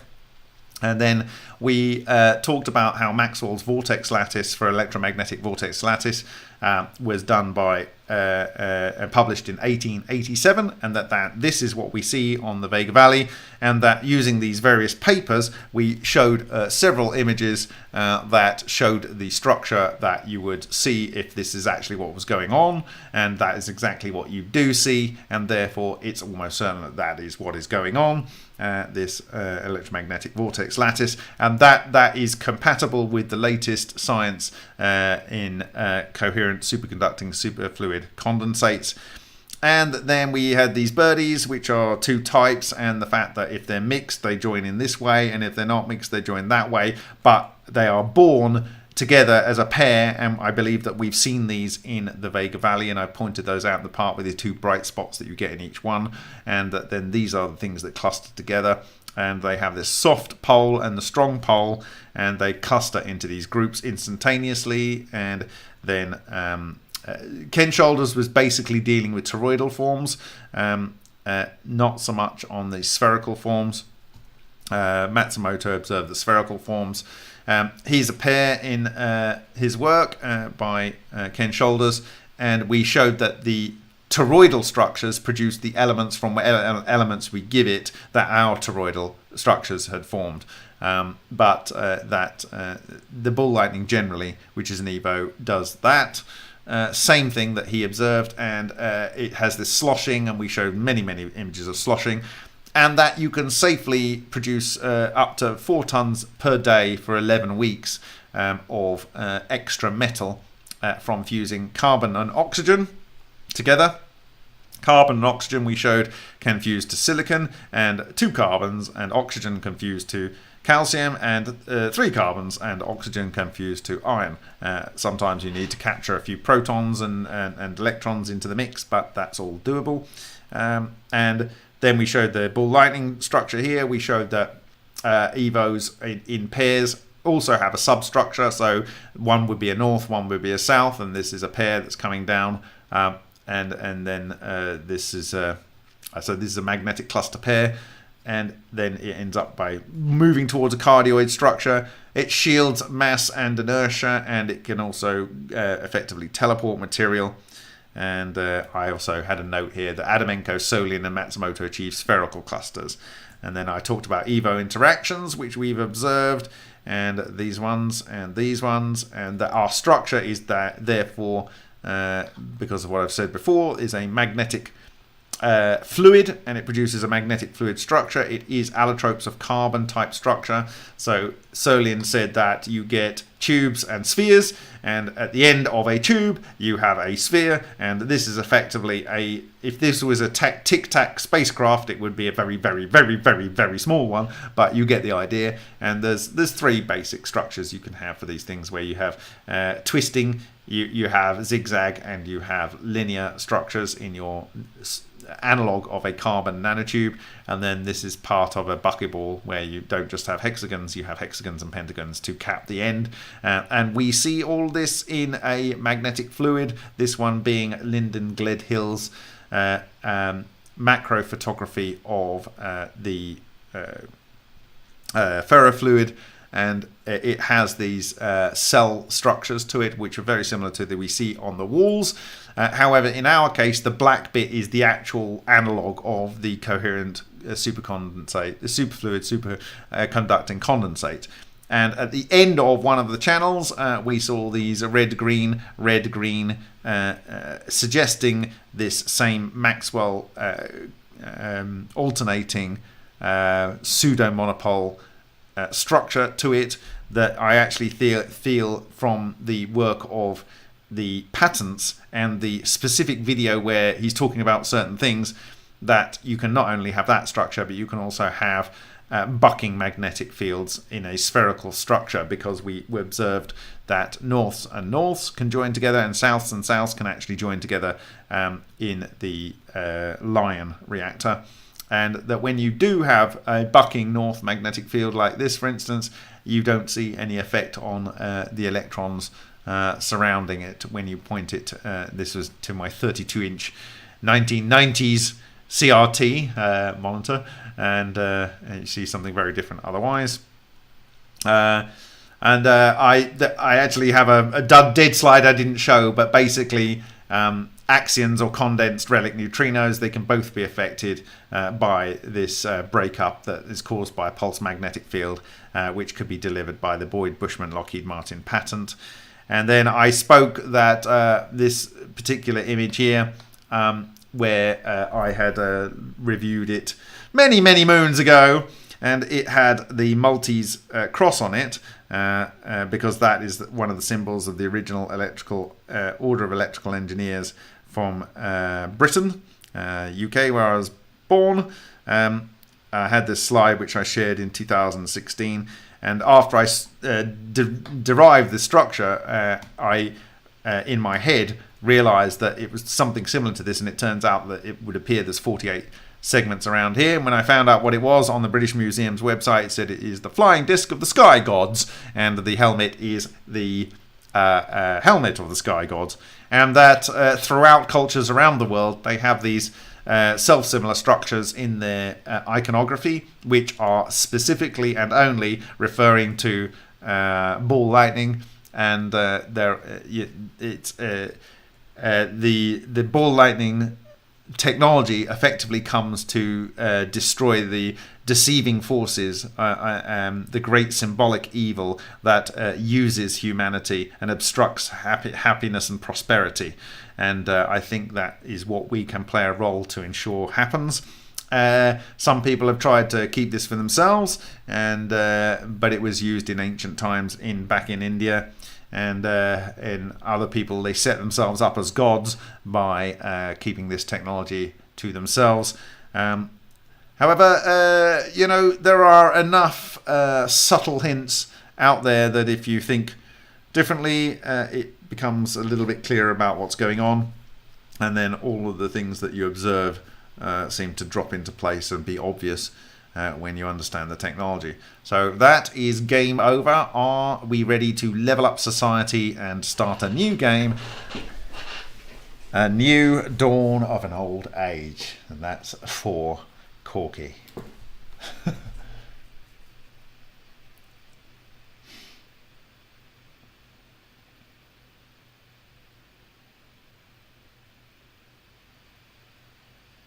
Hi Simeon, thanks for joining us. I know it's a long one, but I think I can start talking about the micro level. I'm going to start working on the book for the Vega Valley now, because I think people might want to explore replicating that.